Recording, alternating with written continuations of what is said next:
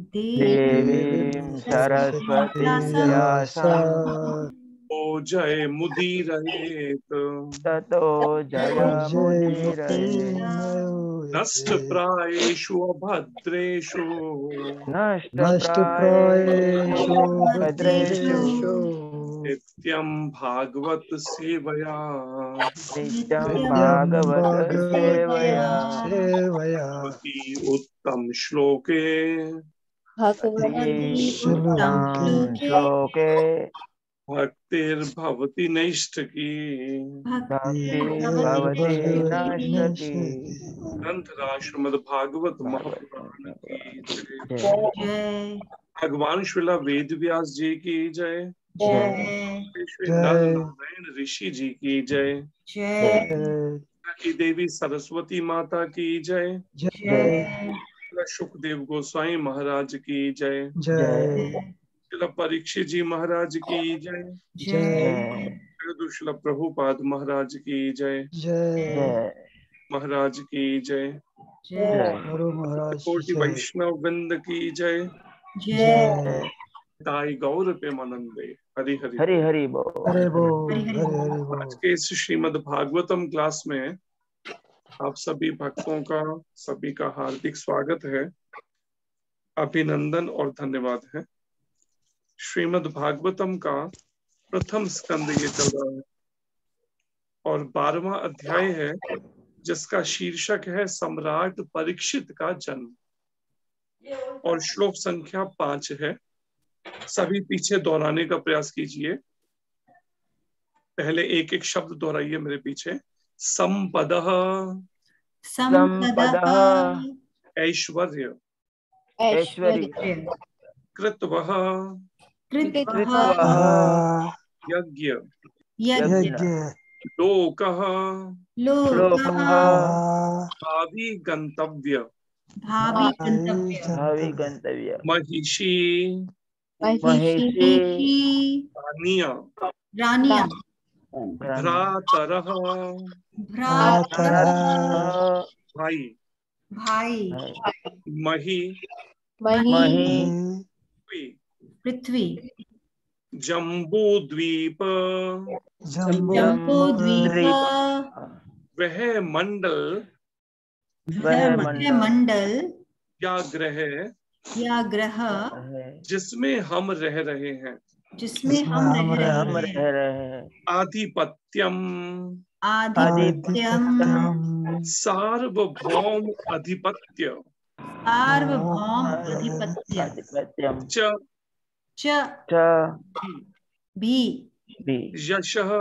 यशः ख्याति च तथा त्रिदिवम स्वर्ग लोक तक गतम व्याप्त। सभी पीछे दोहराने का प्रयास कीजिए अब श्लोक को। संपदः कृतवौ लोका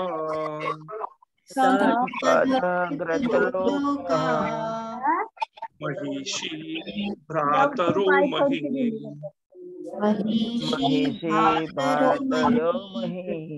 जम्बूद्वीपाधिपत्यं च जम्बूद्वीपाधिपत्यं च यशश्च त्रिदिवं गतम् संपदः कृतवौ लोका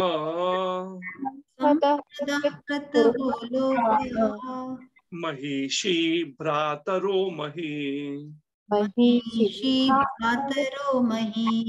जम्बूद्वीपाधिपत्यं च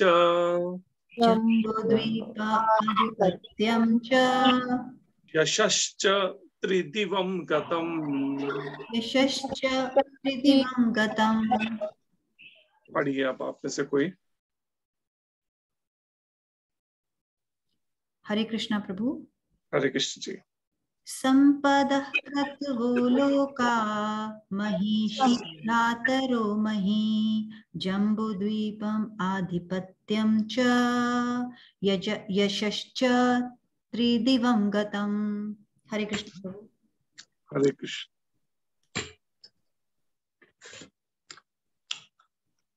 और कोई पढ़ना चाहे तो पढ़ सकता है।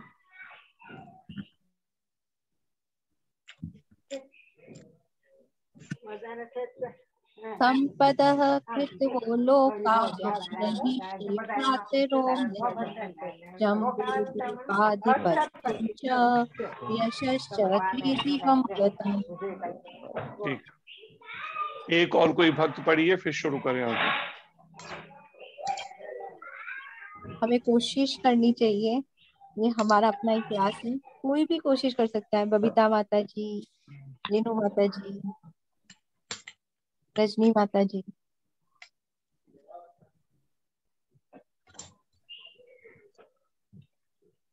जी प्रभु जी, अनुवाद पढ़ते हैं। ठीक, सभी पीछे दोहराइए। महाराज युधिष्ठिर की युधिष्ठिर की सांसारिक उपलब्धियों सदगति प्राप्त करने के लिए किए जाने वाले यज्ञों उनकी महारानी उनके पराक्रमी भाइयों उनके विस्तृत भूभाग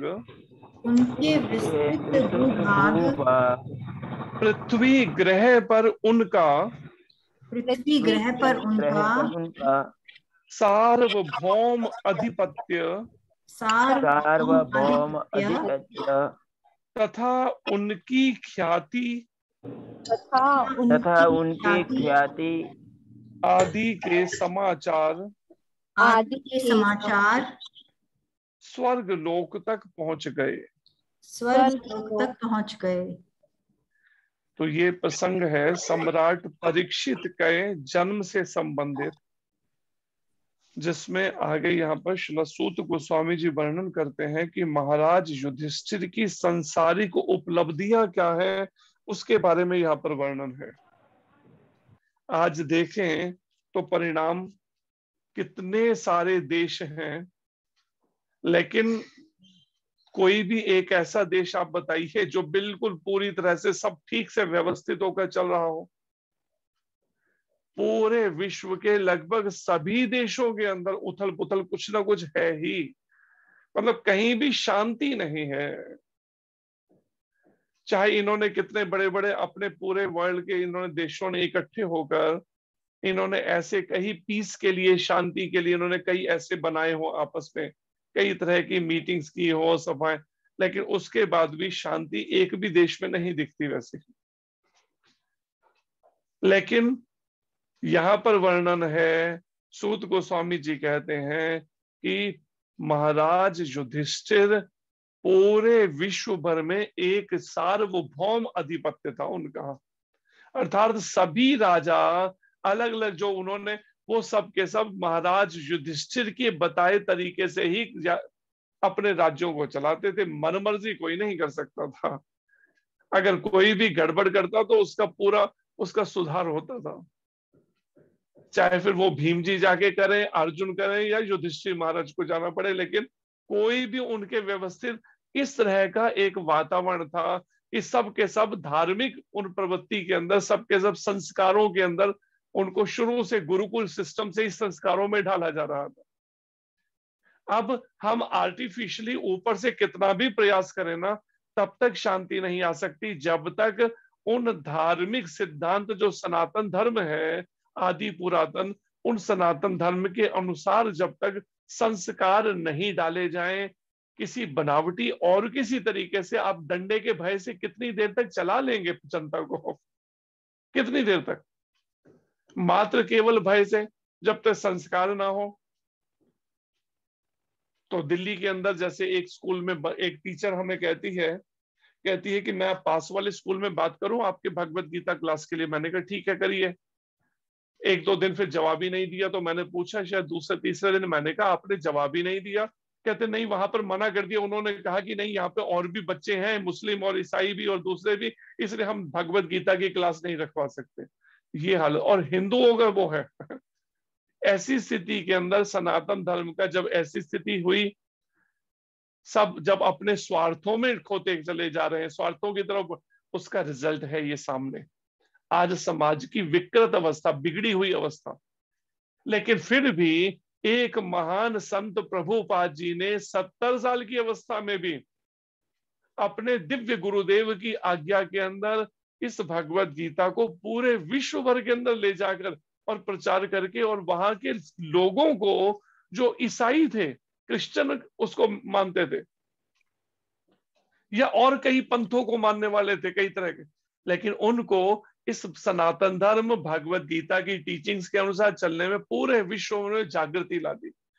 केवल सोच के ही देखिए कभी कि हम जहां सोचते हैं नहीं, पर मेरे तो परिवार के लोग ही भक्ति करने को तैयार नहीं, मेरी पत्नी नहीं सुनती, मेरा पति नहीं सुनता, मेरे बच्चे नहीं सुनते, हम किसी को कहते हैं वो तो बात ही सीरियस नहीं लेते, मजाक में लेते हैं रिश्तेदार लोग।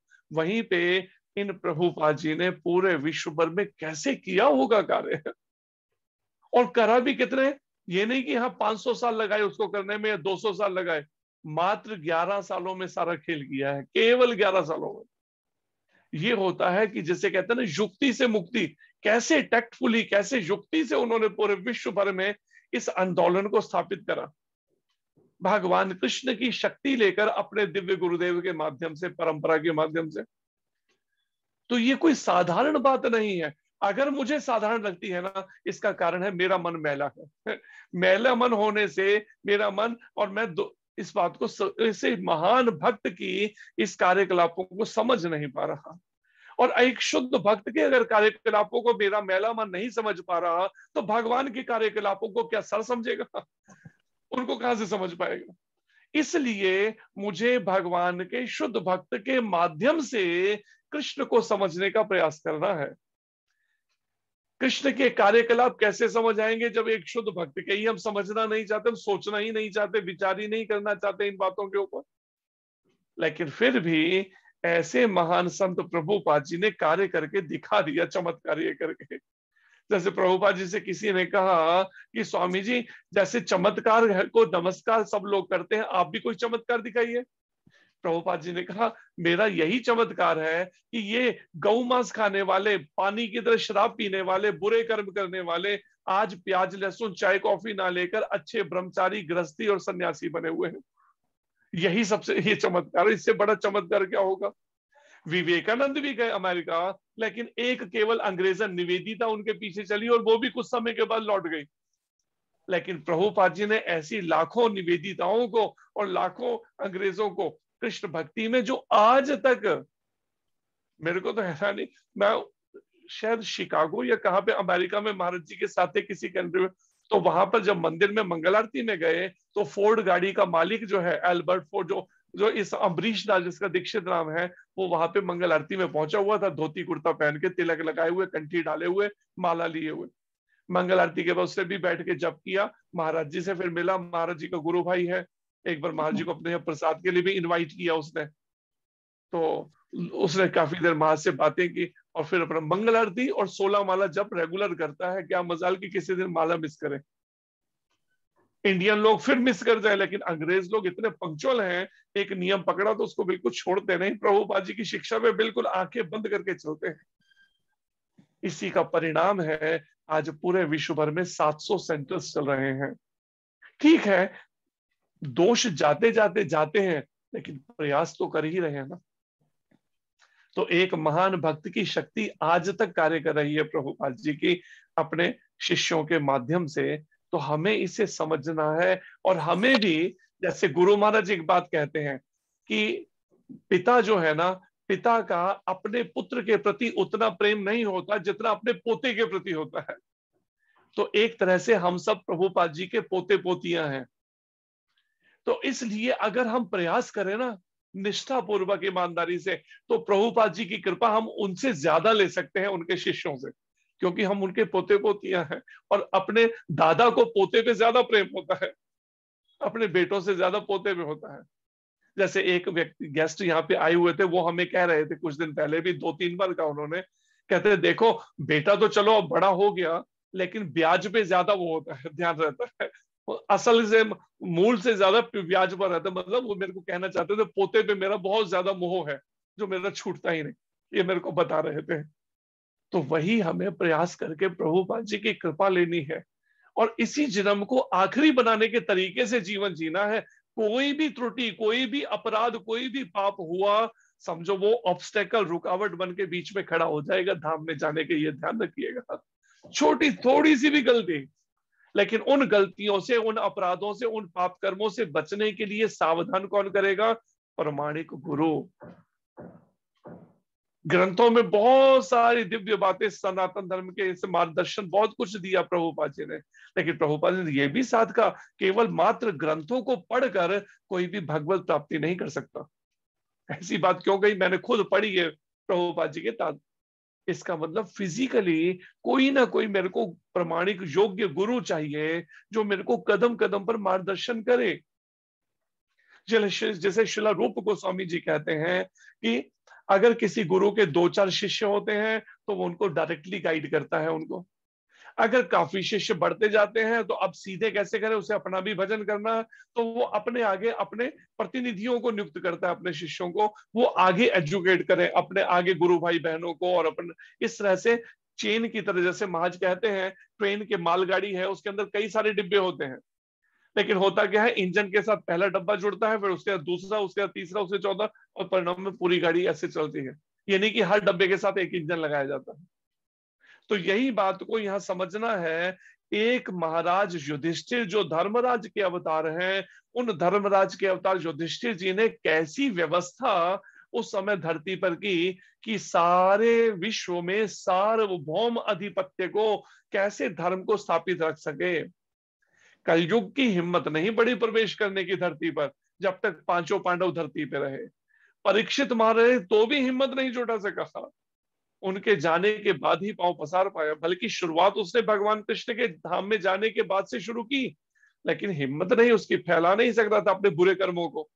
लेकिन आज जैसे ही ऐसे धर्मात्मा राजा जब गए धरती से, आप रिजल्ट देखिए क्या हालत हो गई विश्व के। कैसे हर समय पाप, अत्याचार, हत्या, मार काट, बस यही सब के अलावा और कुछ होता ही नहीं। इसलिए न्यूज तो देखने को मन ही नहीं करता, क्योंकि न्यूज में इसके अलावा कुछ दिखता ही नहीं। कहीं भी एक बार भी कृष्ण या राम का नाम तक नहीं, और केवल बस यही सब बातों में घंटों 24 घंटे अपनी एनर्जी फूक रहे, लगा रहे। इसलिए हमें समझना है महाराज युधिष्ठिर जी ने जैसे व्यवस्था चलाई, हमें अपने अपने से प्रयास, कोशिश तो करनी है। अब हम कहें नहीं जी थोड़े से लोग क्या कर सकेंगे, अरे अकेले व्यक्ति प्रभुपाद जी ने क्या करके दिखा दिया, जरा देखिए तो सही विचार करके। प्रभुपाद जी कहते हैं मेरे जैसे, अपने जैसे, प्रभुपाद जी ने कहा मेरे जैसे अगर 100 भी मेरे को सिंसियर इंडियंस मिल जाए ना, अगर, मैं पूरे विश्व भर को कृष्ण भावना भावित कर सकता हूँ, कृष्ण कॉन्शियस। लेकिन दुर्भाग्य से मेरे को वैसा नहीं हो पा रहा, सहयोग मिल पा रहा भारत से। भारत में ऐसे बहुत गिने चुने ऐसे मिल पाए जो सिंसियर थे, बड़े गंभीरता पूर्वक कहीं भी कोई पाप अपराध ना करे और प्रभुपाद जी की शिक्षाओं पे बिल्कुल दृढ़ता पूर्वक चले, निष्ठा के साथ। लेकिन चलो, जो जैसा भी प्रयास प्रभुपाद जी ने किया, कम से कम हम प्रयास करके उसको आगे बढ़ाने में ही निमित्त बने, इस आंदोलन को, इस महान कार्य को। लेकिन आगे कैसे बढ़ाना है? केवल प्रचार करके नहीं बढ़ाना, पहले आचार आचरण करना है। ये ध्यान रखिए, केवल प्रचार से तब तक कुछ नहीं होगा जब तक आचरण नहीं होगा, तब तक वाणी में शक्ति नहीं आएगी। युधिष्ठिर महाराज सार्वभौम अधिपत्य कैसे चला पा रहे हैं? क्योंकि पहले वो आचरण करते हैं उन सब शिक्षाओं का, सनातन धर्म की, भगवत गीता की, वैदिक ग्रंथों की, और फिर उसका जब प्रचार करते हैं तो वाणी में वैसा ही प्रभाव रहता है। अभी भले 3 दिन के लिए महाराज जी उधमपुर आए, लेकिन हमने देखा उनकी वाणी का प्रभाव, उनके आचरण से, कि जिसको जो बात कहते थे कैसे उसके मतलब हिम्मत नहीं पड़ती थी कोई कि उनकी बात को काट पाता हो। ये है उनके तपस्या, उनके आचरण, प्रभुपाद जी की शिक्षाओं के अनुसार अपने को पूरी तरह से मनसा वाचा कर्मणा, मन वाणी कर्म से ढालना। और ये कभी नहीं कि हाँ मेरे को तो कोई देख ही नहीं रहा, हर समय ये स्मरण कि मेरे हृदय में परमात्मा चैत्य गुरु के रूप में, चैत्य गुरु के रूप में मेरे को हर समय मेरी करनी को देख रहे हैं, मैं क्या करता हूं, मैं क्या सोचता हूं, क्या बोलता हूं, क्या कर्म करता हूं। अगर किसी को ये बात स्मरण रहे ना कि भगवान हर समय मेरे हृदय में परमात्मा रूप में मेरे साक्षी हैं सभी कर्मों के, तो उस व्यक्ति से पाप या अपराध नहीं होगा, या वो केवल केवल धन कमाने, केवल भोग के, इन सब के पीछे वो पागल नहीं हो जाएगा वो। लेकिन जब कहते हैं भगवान को भूलते हैं तो ही माया उसको फिर अपने जाल में फंसाती है। कृष्ण भूलिया जीव भोग वांछा करे। कृष्ण को भूलकर जब जीव भोगों को भोगना चाहता है, पाछे ते माया तारे झापटिया धरे, तो पीछे से माया क्या झापड़ धरती है, थप्पड़ मारती है। झापड़िया क्या थप्पड़ मारती है? उसको भोगों में गिरा देती है, उसे वासनाओं में गिरा देती है, उसे काम क्रोध मोह लोभ अहंकार ईर्ष्या द्वेष में गिरा देती है, और धीरे धीरे करके उसका पतन हो जाता है, भक्ति से गिर जाता है, और गिर के क्या होता है? 84 लाख योनियों में फिर फेंक दी जाती है वो जीवात्मा। लेकिन हमें अगर भगवान ने कृपा करके ऐसी महान प्रमाणित परंपरा ब्रह्म माधव गौड़ीय संप्रदाय का संपर्क दिया, हमें इसका पूर्ण लाभ उठाना चाहिए। हमें अपने इस 24 घंटे को कैसे व्यवस्थित करना है, ये बात को विचारना चाहिए गंभीरतापूर्वक। किसी गृहस्थी के लिए बताया है, प्रभुपाद जी कहते हैं 24 घंटे में से 6 घंटे होने चाहिए भजन करने के लिए, करना चाहिए गृहस्थी को। 6 घंटे उसको खाना सोना ये सब में 6 घंटे लगाने चाहिए। 6 घंटे उसको खाना सोना नहाना ये सब में, 6 घंटे उसको अपना कामकाज करने चाहिए धन कमाने के लिए, और 6 घंटे उसको चाहिए अपने अन्य जो दिनचर्या, इनमें 6 घंटे का विभाजन किया, धन उपार्जन के अंदर लगाना। तो यहाँ पर महाराज युधिष्ठिर का वर्णन है, सांसारिक उपलब्धियां उनकी जो है क्या है? सदगति प्राप्त करने के लिए किए जाने वाले यज्ञ। तो वो खुद भी यज्ञ करने, जैसे उन्होंने भी अश्वमेध यज्ञ किए, राजस्व यज्ञ किए युधिष्ठिर महाराज ने, किस लिए? सदगति प्राप्त करने के लिए, जिसे कहते हैं धर्म अर्थ काम और मोक्ष, आखिर में मोक्ष मिल सके, इस तरह के कार्यकलाप उन्होंने अपने जीवन में अपनी दिनचर्या में रखे। तो ऐसे यज्ञ किए। उनकी महारानी जो है, उनके पराक्रमी भाई और उनके विस्तृत भूभाग पृथ्वी ग्रह पर उनका सार्वभौम अधिपत्य तथा उनकी ख्याति आदि के समाचार स्वर्ग लोक तक पहुंच गए। सोचिए, उस समय तक द्वापर युग के अंत तक ये स्थिति थी कि धरती पे राज्य जो करते थे व्यवस्थित, तो उनकी स्वर्ग लोक में देवता तक चर्चा करते थे, देवता तक प्रशंसा करते थे उनकी, ऐसे धर्मात्मा राजाओं की जैसे महाराज युधिष्ठिर हैं। और कलयुग का भी 5000 साल केवल बीते, देखिए क्या स्थिति बन गई। स्वर्ग लोक तो क्या, यहाँ तो इस मृत्यु लोक में ही व्यक्ति रहते हुए भजन में नहीं लग पा रहा, ऐसे कोई कार्य करने की जगह कई तरह के बुरे कर्मों में लग गया है। तो तात्पर्य में प्रभुपाद जी यहाँ पर वर्णन करें, पढ़िए आप में से कोई।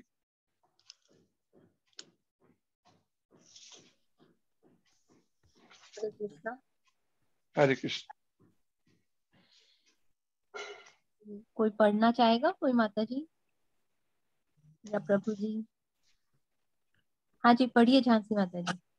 जी हरे कृष्ण प्रभु जी। हरे कृष्ण जी। महाराज युधिष्ठिर की सांसारिक उपलब्धियां सदगति नीचे तात्पर्य में तात्पर्य केवल धनी तथा महान पुरुष का ही नाम तथा यश सारे विश्व में विख्यात होता है। महाराज युधिष्ठिर का नाम तथा यश, उनके उत्तम शासन, भौतिक उपलब्धियां, महिमामयी पत्नी द्रौपदी, अपने भाइयों भीम तथा अर्जुन के पराक्रम तथा जम्बूद्वीप नाम से विख्यात विधि में अपने सार्वभौम शक्ति के कारण स्वर्ग लोक तक पहुंच चुके थे। यहाँ लोकाह शब्द महत्वपूर्ण है। भौतिक तथा आध्यात्मिक आकाश में विभिन्न लोक बिखरे हुए हैं। इस जीवन में कोई भी व्यक्ति अपने कर्म से उन तक पहुंच सकता है, जैसे कि भगवत गीता 9वें अध्याय के 25वें श्लोक में कहा गया है। वहां पर कोई बलपूर्वक प्रवेश नहीं कर सकता। जिन क्षुद्र भौतिक वैज्ञानिकों तथा इंजीनियरों ने बाह्य अंतरिक्ष में कुछ हजार मील दूरी तक यात्रा करने के यान खोज निकाले हैं, उन्हें वहां प्रवेश करने की अनुमति नहीं दी जाएगी। उत्तम लोकों में पहुंचने की विधि यह नहीं है। मनुष्य को चाहिए कि यज्ञ तथा सेवा के द्वारा ऐसे सुखी लोकों में प्रवेश करने का पात्र बने। जो पग पग पर पापी जीवन बिताते हैं, उन्हें पशु जीवन में गिरकर अधिकाधिक भौतिक दुख भोगने की ही आशा करनी चाहिए। और भगवत गीता 16वें अध्याय के 19वें श्लोक में 16 अध्याय के 19 श्लोक में भी इसका उल्लेख है। महाराज युधिष्ठिर के उत्तम यज्ञ तथा उनकी योग्यताएं इतनी महान तथा यशपूर्ण थी कि स्वर्गलोक की निवासी भी उन्हें अपने में से एक मानकर उनका स्वागत करने को तैयार थे। हरे कृष्णा प्रभु। तो ये प्रभुपाद जी ने तात्पर्य में वर्णन किया है कि सामान्यतः किसी की ख्याति किस बात पर फैलती है, उसके केवल धनी तथा महान पुरुष का ही नाम तथा यश सारे विश्व में विख्यात होता है।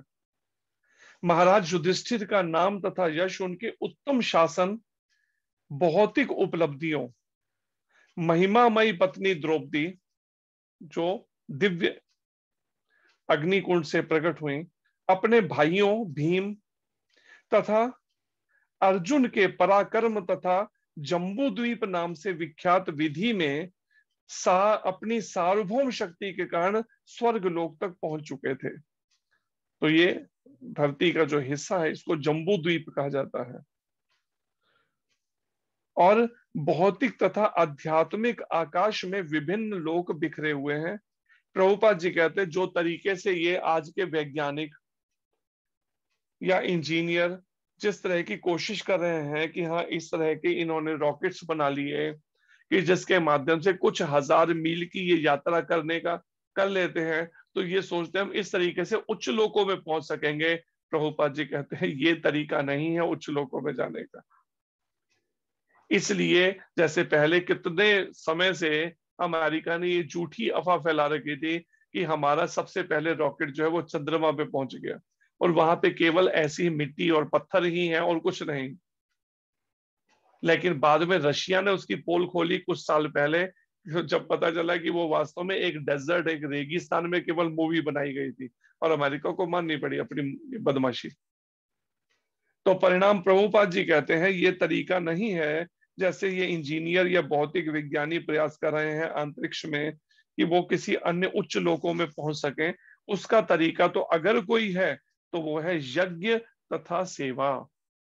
और इस कलयुग का यज्ञ क्या है? जैसे अलग अलग युगों में यज्ञ था, सतयुग का यज्ञ था ध्यान करना, त्रेता युग का यज्ञ था ये सब अश्वमेध रासोय यज्ञ करना, द्वापर युग का तरीका था विधि विधान से अर्चन पूजन, लेकिन कलयुग का कलौ तद हरि कीर्तनाद, भगवान के नामों का जप और कीर्तन करने से और भगवान की सेवा, निष्काम सेवा करने से भगवान कृष्ण की, इस तरह से हम उस उच्च लोकों में जा सकते हैं, पात्र बन सकते हैं, अपने को योग्य बना सकते हैं।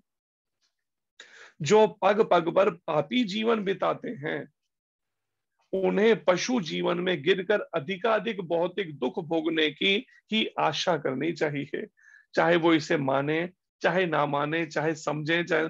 लेकिन गरुड़ पुराण में भी भगवान विष्णु ने गरुड़ जी को इसका वर्णन किया है और श्रीमद् भागवत के भी 5वें स्कंद में इसका वर्णन है। श्रील शुकदेव गोस्वामी जी महाराज परीक्षित को कर रहे हैं कि जो पग पग पर पापी जीवन बिता रहे हैं ना, उनको नरक लोकों में और अधम योनियों में गिरना ही पड़ेगा। उसकी आशा कर सकते हैं, उससे ज्यादा उनको कुछ नहीं मिलने वाला। और भगवत गीता में भी इसका 16वें अध्याय के 19वें श्लोक में वर्णन है। तो इसलिए इस बात को समझकर हमें अपने सनातन धर्म के से हमें लोगों को देखा देखी करके हमें इस तरह की बुराई की तरफ नहीं बढ़ना चाहिए कि हाँ मांसाहार मदिरापान बुरे कर्म जो करने में लोग लगे हैं ये बिल्कुल पतन का मार्ग है एक नंबर। और यहाँ प्रभुपाद जी भी इस बात को वो कर रहे हैं कि इसके परिणाम क्या है, उनको तो वो आशा करें कि हम कभी सुखी जीवन बिता सकेंगे, भूल जाएं। जब तक वो पाप में जीवन में लिप्त हैं। और महाराज युधिष्ठिर के उत्तम यज्ञ तथा उनकी योग्यताएं इतनी महान तथा यशपूर्ण थी कि देवता भी उनका स्वागत करने को तैयार थे। इतने महान थे ये पांचों पांडव धरती पे रहते हुए, इनका आचरण। और इसका वर्णन जो विस्तार से है, महाभारत में वर्णन है पांचों पांडवों के बारे में इस सब, लेकिन दुर्भाग्य से अंग्रेजों के समय में इस तरह की बात को फैलाया गया हिंदू परिवारों में कि नहीं नहीं, घर पे महाभारत नहीं रखनी चाहिए, अगर रखेंगे तो घर में कलह कलेश होगा, ऐसा डाल दी। क्योंकि उन्होंने ये बात देखी, अगर इन्होंने महाभारत इस ग्रंथ को ठीक से फिर दोबारा समझ लिया ना, तो फिर दोबारा युधिष्ठिर महाराज की तरह पूरे विश्व पे ही शासन कर लेंगे, हमारी दाल नहीं गलने देंगे। इसलिए ये तरह की ऐसी धारणा फैलाई, आज घर घर के अंदर ये धारणा है। क्योंकि महाभारत ग्रंथ जो स्वयं भगवान वेदव्यास जी का लिखा हुआ है, लेकिन महाभारत को घर पे नहीं रखना चाहिए। कैसी ये धारणा। और यहां तक बढ़ते बढ़ते अब ये स्थिति बनने लगी, अब कई लोगों से हमने ये भी सुना, नहीं गीता भी घर पे नहीं रखनी चाहिए। ये है कलयुग का प्रभाव, कैसे लोगों को भटकाने के लिए कलयुग अपना काम कर रहा है। और ऐसे में प्रभुपाद जी ने इसी भगवत गीता के और श्रीमद् भागवत के माध्यम से पूरे विश्व को एक सही दिशा, एक सही मार्गदर्शन दिया, जिससे वो चाहे तो प्रयास करके, भक्ति करके भगवान के धाम में लौट सकते हैं। अनुवाद पढ़िए अगले श्लोक का।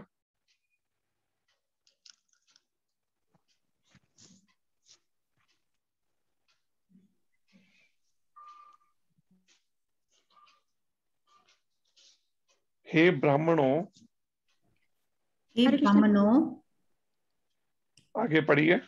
हे ब्राह्मणों, राजा का ऐश्वर्य इतना मोहक था कि स्वर्ग के निवासी भी उसकी आकांक्षा करने लगे थे, लेकिन चूंकि वे भगवान की सेवा में तल्लीन रहते थे, अतएव उन्हें भगवान की सेवा के अतिरिक्त कुछ भी तुष्ट नहीं कर सकता था।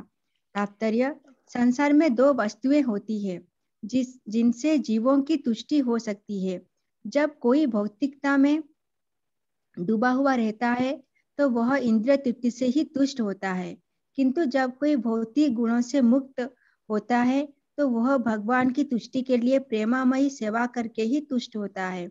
उसका अर्थ यह हुआ कि जीव वैधानिक रूप से सेवक है, सेव्य नहीं है। बहिरंगा शक्ति की दशाओं में मोहग्रस्त होने के कारण वह अपने आप को सेवा करने योग्य समझता है, जबकि वास्तव में वह सेव्य होता नहीं। वह तो काम, इच्छा, क्रोध, लोभ, गर्व, उन्मत्ता तथा असहिष्णुता जैसी इच्छाओं का दास होता है। जब वह आध्यात्मिक ज्ञान की प्राप्ति करके अपने होश में आता है तो वह अनुभव करता है कि वह भौतिक जगत का स्वामी नहीं, अपितु अपने इंद्रियों का दास है। उस समय वह भगवान सेवा की याचना करता है और तब वह तथाकथित भौतिक सुख के द्वारा मोहग्रस्त हुए बिना सुखी बन जाता है। महाराज युधिष्ठिर मुक्तात्मा थे, अतएव उन्हें विशाल साम्राज्य, उत्तम पत्नी, आज्ञाकारी बंधुओं, सुखी प्रजा तथा सुसंपन्न जगत से कोई प्रसन्नता नहीं हो रही थी। शुद्ध भक्त को ये वर स्वतः प्राप्त होते हैं, भले ही वह उनकी कामना ना करे। यहाँ पर दिया गया दृष्टांत अत्यंत उपयुक्त है। ऐसा कहा जाता है कि भूखे को भोजन के अतिरिक्त अन्य किसी वस्तु से संतोष नहीं मिलता। हरे कृष्ण।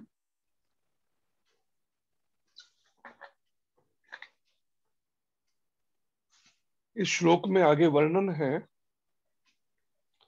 श्रील सूत गोस्वामी जी कहते हैं उन सब ब्राह्मणों को जो नैमिषारण्य में सब ऋषि मुनि एकत्रित हुए हैं कि राजा का ऐश्वर्य इतना ज्यादा था युधिष्ठिर महाराज का कि स्वर्ग के निवासी भी उसकी आकांक्षा करने लगे थे, लेकिन चूंकि वे भगवान की सेवा में तल्लीन रहते थे, अतएव उन्हें भगवान की सेवा के अतिरिक्त कुछ भी तुष्ट नहीं कर सकता था। तो ये बात से सूत गोस्वामी जी ये बताना चाहते हैं कि देखिए, जब तक इंद्रियों के तर्पण से मन हटता नहीं है ना, तब तक वो आध्यात्मिक जीवन के अंदर या कोई यशस्वी ऐसा कोई कार्य में निमित्त नहीं बन सकता, जैसा युधिष्ठिर महाराज कर रहे हैं। जी प्रभु जी, आपका वीडियो ऑफ है।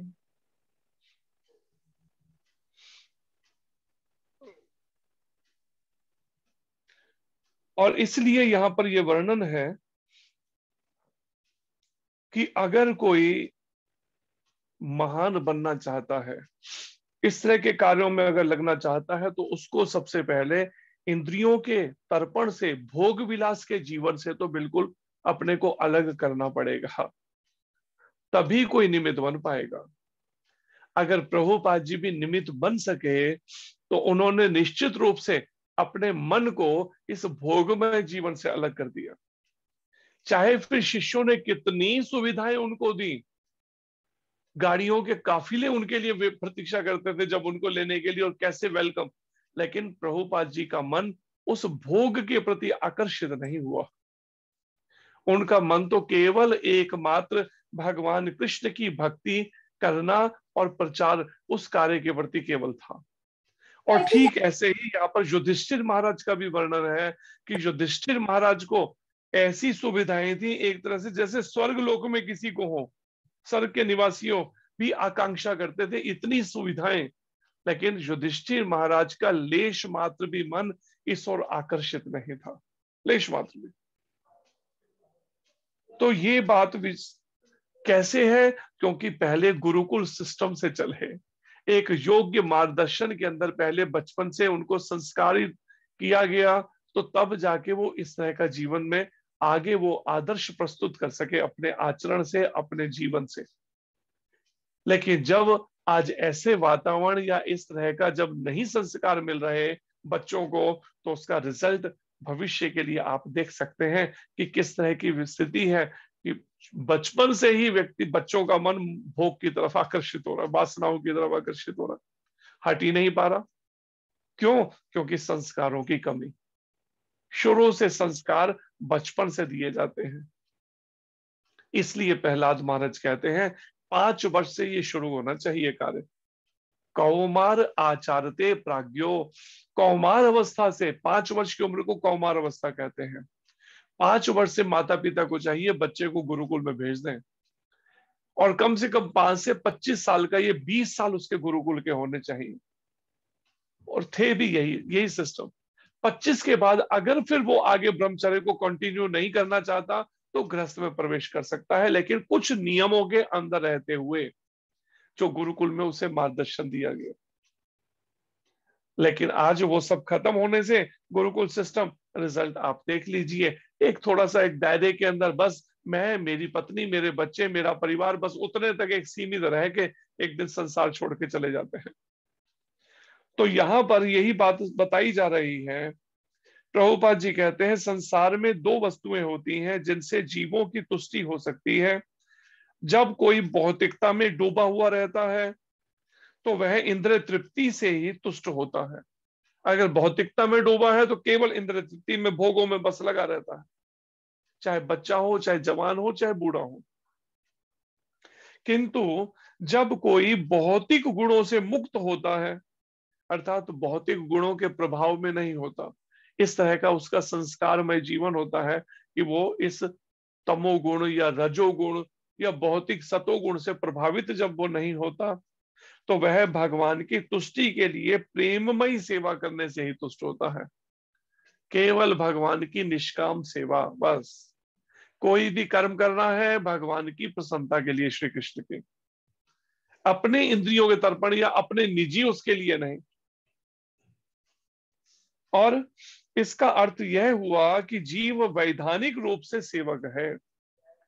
प्रभुपाद जी कहते हैं इस बात से, ये जो भगवान की प्रेममयी सेवा से तुष्टि मिलना, संतुष्टि मिलना जो मन को है, इसका अर्थ ही ये है कि हम वास्तव में, हमारा वास्तविक अस्तित्व या पहचान हमारी क्या है, हम सेवक हैं।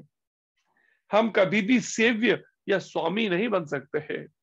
जब भी हम सेव्य या स्वामी बनना चाहते हैं, उसी का परिणाम है ये सब। उथल पुथल, मन भी अशांत, बुरे कर्म, पाप कर्म, ये सब अधर्म, अनीति, हिंसा, पाप, ये सब वही है। मेरा आधिपत्य होना चाहिए बस।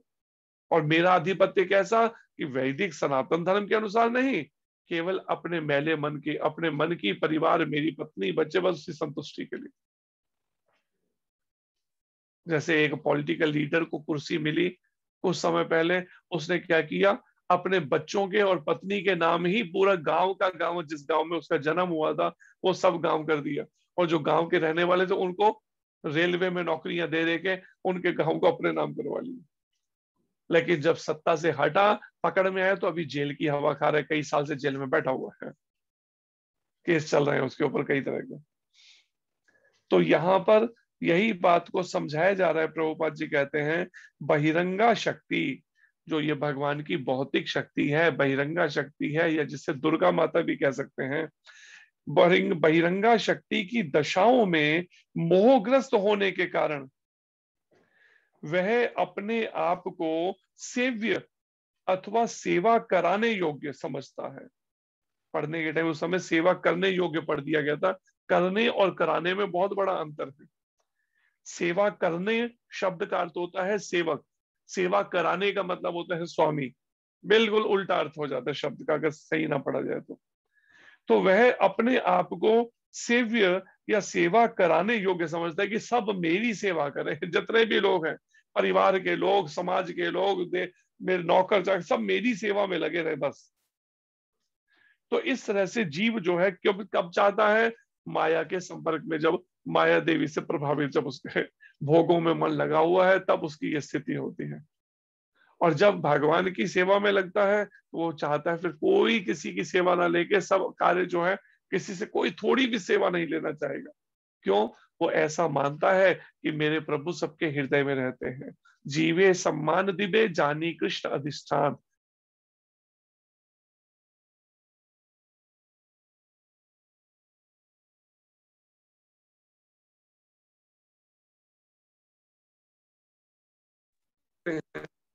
बहिरंगा शक्ति की दशाओं में मोहग्रस्त होने के कारण वह अपने आप को सेव्य या सेवा कराने योग्य समझता है कि अब मैं देखो, अब बड़ा मैं महान हो गया हूं, सबको मेरी सेवा करनी चाहिए। ये जो सोच है ना, यही सोच पतन का कारण है। पतन फिर होता चाहता है उसके पास, जबकि वास्तव में वह सेव्य होता नहीं है, लेकिन समझता है ऐसा। कब समझता है? जब वो बहिरंगा शक्ति माया के संपर्क में आता है। कब आता है माया के संपर्क में? जब मन में उसके भौतिक इच्छाएं जागती हैं। क्या इच्छा जागती है? मूल रूप से भगवान से अलग रह के मैं सुख भोगना चाहूं, तब ये सोच। इसलिए फिर वो क्या करता है, सोचता है चलो गृहस्थ आश्रम करते हैं, गृहस्थ में रहकर पत्नी के साथ में सुख भोगेंगे, बच्चों के साथ सुख भोगेंगे, और अधिक धन कमाएंगे, और अधिक भोग करेंगे। लेकिन उन्हीं में ही ऐसे भी परिवार हैं गृहस्थी, जिनका उद्देश्य भोगमय नहीं होकर ये है कि ठीक है मुझे भी भक्ति करनी है, अगर शादी कर ली है तो पत्नी और बच्चों को भी भक्ति में लगाना है, फिर कृष्ण भक्ति में, भगवान कृष्ण को केंद्र में रख के फिर सारे वो सोच को वो विकसित करता है। ये नहीं कि बस हाँ कुछ पैसा कमा लिया, खा लिया, सो लिया, हो गया जीवन पूरा। वो तो पशु भी कर रहे हैं, अपने पेट की उदर पूर्ति, अपने बच्चों को पालना और परिवार को तो पशु भी कर रहे हैं। लेकिन दुर्भाग्य, आज मनुष्य पशु जैसा बनता चला गया। इससे आगे बुद्धि ही काम नहीं कर रही, उसको सोचना नहीं चाहता बिल्कुल, और अपने मनुष्य जीवन को खो रहा है और दोबारा के लिए 84 लाख योनियों के चक्र में फेंक दिया जाएगा। ऐसे प्रभुपाद जी जैसे, गुरु महाराज जैसे भगवान के जो भक्त हैं, उनको चिंता होती है उन हम सब बद्ध जीवों की, कैसे होगा इनका उद्धार। अगर ये अब भी नहीं समझेंगे, भोगमय जीवन को नहीं त्याग दे, तो दुर्भाग्य से दोबारा पतित हो जाएंगे, फिर पतन को। इसलिए वो अपना भजन छोड़ छोड़ के चिंता करते हैं और भगवान की आज्ञा पर इस धरती पे आते हैं और प्रचार करते हैं, दिन रात लगे रहते हैं इस कार्यों में। वह तो काम, इच्छा, क्रोध, लोभ, गर्व, उन्मत्तता तथा असहिष्णुता जैसी इच्छाओं का दास होता है। तो वास्तव में प्रभुपाद जी कहते हैं वो सेव्य या स्वामी नहीं होता, वो क्या होता है, इनका दास बना होता है। कहने को चाहे वो करोड़पति हो, अरबपति हो, वास्तव में क्या है, काम वासना का दास है। इच्छाओं का दास बना है, इच्छाओं के पीछे पागल हो रखा है, क्रोध का दास बना हुआ है, छोटी छोटी बातों में क्रोध करता है, लोभ का दास बना हुआ है, कितना धन रखा हुआ है इकट्ठा करके, करोड़ों रुपया, हजारों करोड़, लेकिन फिर भी क्या है, और चाहता है लोगों का शोषण करूं, और कैसे भी करके शोषण। गर्व अभिमान से चूर होता है, किसी को समझता ही नहीं फिर अपने आगे, इतना अभिमान उसको, उसका उन्मत्तता उसके पास ऐसा, फिर उस धन के अभिमान के कारण वो उन्मत्त पागल जैसा हो जाता है कि उसको ये भौतिक इस आकर्षण से, इंद्रियों के तर्पण से किसी भी तरह प्रयास करो लेकिन मन हटता ही नहीं। और ये केवल बड़ों के लिए नहीं है, पहले पैसे, उन बच्चों की भी ये हालत हो जाती है जिनके भोगमय मन बने हुए हैं, उन्मत्त हो रखे, पागल हो रखे भोगों के पीछे। और असहिष्णु, थोड़ा भी सहनशीलता नहीं रहती, जरा सी कुछ बात हुई तो बस टेम्पल लूज हो गया, बस उसी समय फूट पड़े। ऐसी इच्छाओं के वो तो दास हैं, वो स्वामी नहीं है। प्रभुपाद जी कहते हैं चाहे वो ढोंग करते हो लोगों के आगे, हम बड़े बड़े वो हैं, स्वामी बने हुए हैं, या इतने इतने मेरे हजारों नौकर चाकर मेरे नीचे हैं। महाराज जी के एक भक्त था, वहां से दीक्षा लेना चाहता था, लेकिन महाराज ने दीक्षा दी नहीं, क्योंकि योग्य नहीं बना सका वो जीवन भर अपने को। उसकी 2 फैक्ट्रियां थी, एक फैक्ट्री में 11,000 लेबर थी, एक में 700 थी लेबर। लेकिन कहने को वो इतने हजार लोग, और इतनी बड़ी बड़ी फैक्ट्रियां थी उसकी, शुगर मिल और सब, लेकिन उसके बाद भी हम जब उसके बंगले पर रहते थे, जो 1 अरब रुपए का था बंगला, बिका बाद में, जब उनकी पत्नी बच्चों ने उसके मरने के बाद बेचा तो 1 अरब का बिका, वो 100 करोड़ का वो बंगला दिल्ली में।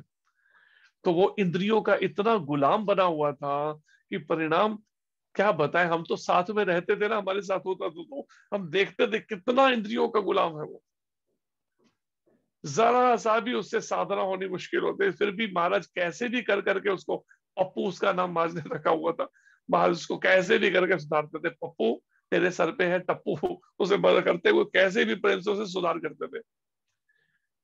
कई बार कहते तेरी पिटाई करूंगा ना दिमाग ठीक हो जाएगा तेरा, ये जो भोगों में मन लगा हुआ, लेकिन बेचारा नहीं भोगों को आखिर तक हटा सका मन को, क्योंकि इतना धन होने से उसको फैक्ट्री में झांकने नहीं जाता था, केवल मैनेजर पैसे भेज देता था, बस घर पे खाए टीवी देखते रहना, भोग करते रहे, खाना सोना, बस यही कब करना, नौकरों को लगा कर। तो परिणाम वो इंद्रियों का, इच्छाओं के दास बने हुए हैं सबके सब, स्वामी नहीं है। प्रभुपाद जी कहते हैं जब वह आध्यात्मिक ज्ञान की प्राप्ति करके अपने होश में आता है, जब उसको कहीं योग्य सदगुरु के माध्यम से, प्रमाणिक गुरु के माध्यम से जब उसको आध्यात्मिक ज्ञान होता है, की प्राप्ति होती है, आत्मा परमात्मा के बारे में, इस जड़ जगत के बारे में जब ठीक से उसे ज्ञान हो जाता है, तो तब वो होश में आता है। अभी तक तो हम सो ही रहे हैं केवल भोग के उस जीवन के अंदर, लेकिन जागेंगे तब जब हम पूरी तरह से ठीक से भक्ति में स्थित हो जाएंगे। मनसा वाचा कर्मणा 24 घंटे जब हम पूरी तरह से सावधान होकर, सतर्क होकर भक्ति साधना करेंगे, तो समझिए अब होश में आए हैं। इतनी बीती लेकिन अब तो होश में आऊं मैं, प्रेम सहित राधा माधव के गीत सदा ही गाऊं मैं, छींटा दे दो ज्ञान का होश में आऊं मैं, गुरुजी सुनता मेरी कौन है, किसे सुनाऊं मैं, तेरे दर को छोड़कर किस दर जाऊं मैं। तो गुरु के और भगवान के चरणों में बार बार प्रार्थना करनी चाहिए कि आप कृपा करो जिससे मेरा आध्यात्मिक जीवन जो है, आध्यात्मिक ज्ञान जो है, उसमें मैं ठीक से स्थित हो सकूं। थोड़ी देर ठीक होता है, सुनता हूं, लगता है हाँ अब सीरियसली चलेंगे, लेकिन उसके बाद फिर दोबारा भोग में गिर जाते हैं, फिर दोबारा, लेकिन अपने को गिरने नहीं देना है। प्रभुपाद जी कहते हैं अगर आप बहुत तेजी से उन्नति नहीं कर पा रहे ना आध्यात्मिक जीवन में, लेकिन जितने में है उतने को भी अगर दृढ़ता पूर्वक मेंटेन करें कि इससे नीचे नहीं गिरना है, उठना है तो ऊपर उठना है, नीचे नहीं गिरना, तो ये भी अपने आप में प्रोग्रेस है, उन्नति है। लेकिन हम 24 घंटे में बार बार मन के वश होकर अगर भोग में लगेंगे, तो परिणाम में इस तरह से लक्ष्य कैसे मिलेगा, भगवत प्राप्ति कैसे कर पाएंगे इसी जीवन में। इसलिए इन भोगों की तरफ नहीं गिरने देना। बार बार एक माता जी मेरे को कहती है, मैं चाहती तो हूँ भक्ति करना, लेकिन करूँ क्या, फेसबुक से मन ही नहीं हटता, घंटों फेसबुक पे लगी रहती हूँ। ऐसा ये आकर्षण है देखिए। तो परिणाम बच्चे क्या करेंगे जब माताएं और पुरुष भी सब इसमें लगे रहेंगे, बस मोबाइल में और टीवी पे ही समय बर्बाद करते रहेंगे, इन्हीं सब विषय जीवन पे, खाने सोने इंद्रियों के तर्पण, केवल बस शरीर की कपड़ों की ही बातें करते रहो, बस 24 घंटों से बातें करो, हर समय यही सब। लेकिन मन को हटाना है, इससे हिम्मत करके अगर वास्तव में लक्ष्य पाना है तो और समय बर्बाद नहीं करना है, बस एक भी पल नहीं करना है बर्बाद। इसलिए ये जो बीमारी रोग लग गया ना, इस बीमारी से पीछा छुड़ाना चाहिए मोबाइल से। जैसे मैंने कहा, इस सब यूट्यूब फेसबुक, तो गुरु महाराज की कृपा से हमने तो पीछा छुड़ाने का प्रयास करके सफल हो गए उनकी शक्ति से। काफी समय से हम प्रयास कर रहे थे, लेकिन अब जाके हम उससे छूट गए, पीछा छूट गया कि जो ये सब है, फेसबुक तो वैसे नहीं, यूट्यूब में मैसेज, उसमें व्हाट्सएप पे इतने मैसेज, उनसे पीछा छुड़ाने का। क्योंकि एक बार कृष्ण में मन को लगाने के लिए एक बार पक्के तो होना पड़ेगा लक्ष्य को पाने के लिए। और प्रभुपाद जी कहते हैं ऐसे में वह अनुभव करता है कि वह भौतिक जगत का स्वामी नहीं अपितु अपनी इंद्रियों का दास है। ये कब अनुभव होता है? जब वो आध्यात्मिक ज्ञान की प्राप्ति होती है प्रमाणिक गुरु से, तब ये समझ उसको आती है। अभी तक ये क्या, मैं इंद्रियों का दास बना था, मैं इंद्रियों की दासी बनी हुई थी केवल, कभी आंखों की, कभी कानों की, कभी नाक की, कभी जीभ की, कभी त्वचा की और कभी इस मैले मन की। लेकिन अब इन 6 इंद्रियों के जाल में मुझे नहीं फंसना। मना षष्ठानी इंद्रियाणी प्रकृति स्थानी कर्षति। इस 6 इंद्रियां, 5 इंद्रियां और एक मन, 6 इंद्रियों में क्या है, हम इस भौतिक जगत में प्रकृति बहिरंगा शक्ति के प्रभाव में कर्षति, हमारी अच्छी तरह से चटनी बनाई जा रही है। हर समय भोगों में मन लगा हुआ है, केवल इन्हीं सब बातों में ही मन लगता है, शरीर से संबंधित। आत्मा या परमात्मा से या भगवान कृष्ण से संबंधित चर्चा ही नहीं। जब बात करेंगे तो वह शरीर की चर्चाओं की बातें, बस खाने की, सोने की, कपड़ों की, परिवार की, बस यही सब। कब तक? इस चर्चाओं का कोई अंत नहीं है। ये बहिरंगा शक्ति के प्रभाव से ऐसा हो, लेकिन हमें इस बहिरंगा शक्ति के प्रभाव से निकलकर किसकी, अंतरंगा शक्ति योग माया के संपर्क में आना है, जो राधा रानी के रूप में प्रकट होती है। उस समय वह भगवत सेवा की याचना करता है। जब अब बुद्धि ठिकाने आ गई ना, आध्यात्मिक ज्ञान की प्राप्ति हुई, तो अब वो भगवान की सेवा की याचना करता है, मुझे कैसे भी सेवा दे दो, बस ठाकुर जी की तो सेवा दे दो। और वह तथा कथित भौतिक सुख के द्वारा मोहग्रस्त हुए बिना सुखी बन जाता है। तब फिर तथा कथित भौतिक मतलब जो सुख है नहीं भौतिक, लेकिन लगता है भौतिक सुख है, ब्रह्मवश माया के प्रभाव से, बहिरंगा शक्ति के प्रभाव से। इसलिए उसे कहा सो कॉल्ड मेटेरियली, ये जो हमारे मन में है कि हाँ ये सुख है संसार में, तो इसके द्वारा मोहग्रस्त हुए बिना फिर मोह में नहीं पड़ता इस भौतिक सुख के, चाहे वो धन का हो, चाहे वो परिवार का हो, चाहे बड़े बंगले हो, चाहे पत्नी पर बच्चों का, या कैसा भी भौतिक सुख, इसके बिना सुखी बन जाता है वो वास्तव में जब भगवत सेवा में वो निष्काम सेवा करता है प्रमाणिक गुरु के मार्गदर्शन में, भगवान की, श्री कृष्ण की। महाराज युधिष्ठिर मुक्त आत्मा थे। प्रभुपाद जी कहते वो बद्धात्मा नहीं थे, कहीं उन्हें अपनी तरह हम नहीं समझ लें। युधिष्ठिर महाराज मुक्त आत्मा थे, वो तो केवल भगवान की लीला में सहयोग करने आए थे। भगवान ने अपना प्रतिनिधि रूप में भेजा था युधिष्ठिर महाराज को, जो भगवान ने वचन दिया है गीता में, धर्म के स्थापित करने के लिए हर युग में या तो मैं खुद आऊंगा या अपने किसी रिप्रेजेंटेटिव प्रतिनिधि को या अपने अवतार को भेजूंगा। अतएव उन्हें विशाल साम्राज्य, उत्तम पत्नी, आज्ञाकारी बंधुओं, सुखी प्रजा तथा सुसंपन्न जगत से कोई प्रसन्नता नहीं हो रही थी। इतना सब सुविधाएं, विशाल साम्राज्य, सारी धरती का सार्वभौम अधिपत्य, उत्तम पत्नी द्रौपदी माता जैसी, आज्ञाकारी भाई, सुखी प्रजा, सुसंपन्न जगत पूरा मिला, लेकिन फिर भी प्रसन्न नहीं है, इन सब से प्रसन्न नहीं। और किसी को ये सब थोड़ा मिल जाए पागल हो जाता है वो। जैसे यहां देखिए आसपास देशों में क्या है, चाइना, पाकिस्तान और कितने ऐसे देश हैं, वो नॉर्थ कोरिया वाला वो बैठा हुआ है।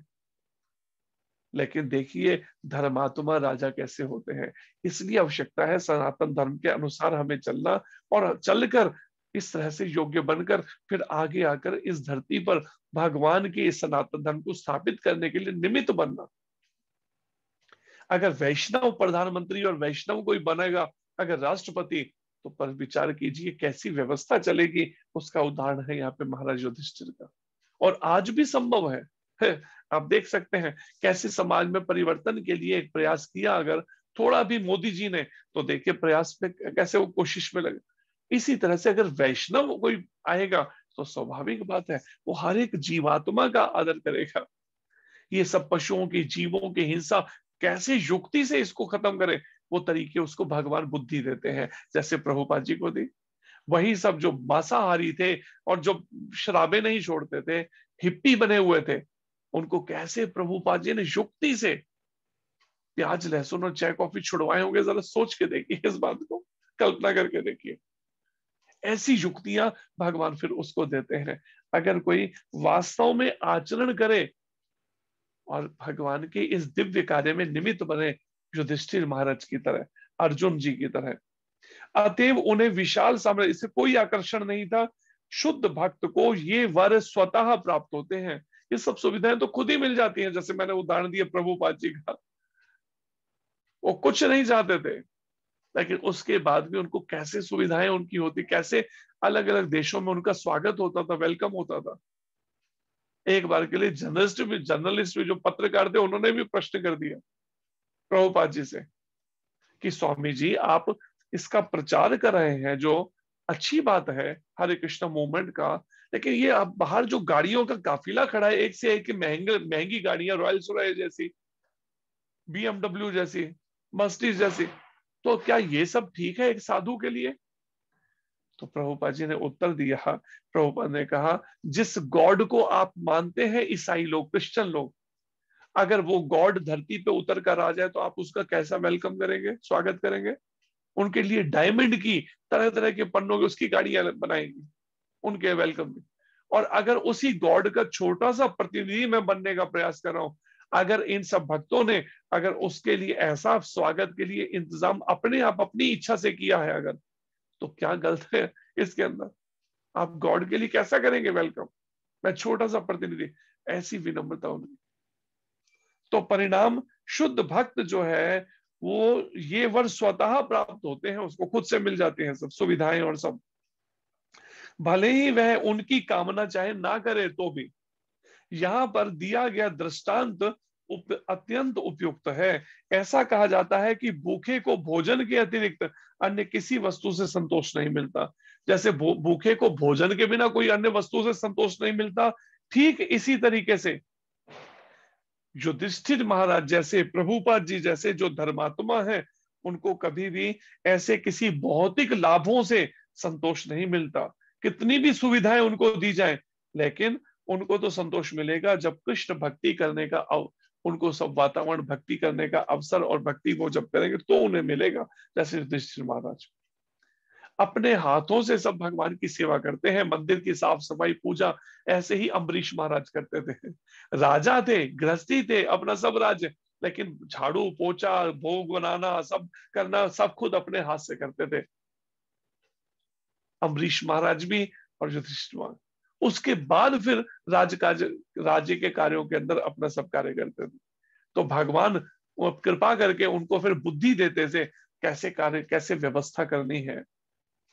अगर वो वैष्णव और ब्राह्मणों के लिए इतने अधिक विनम्र थे अगर ये राजा लोग, तो वहीं पर ही जो बदमाश थे ना, उनके लिए काल की तरह कठोर थे। प्रथु महाराज, अम्बरीश महाराज, युधिष्ठिर महाराज, उनको छूट नहीं देते थे कि इनको छूट दे दी जाए।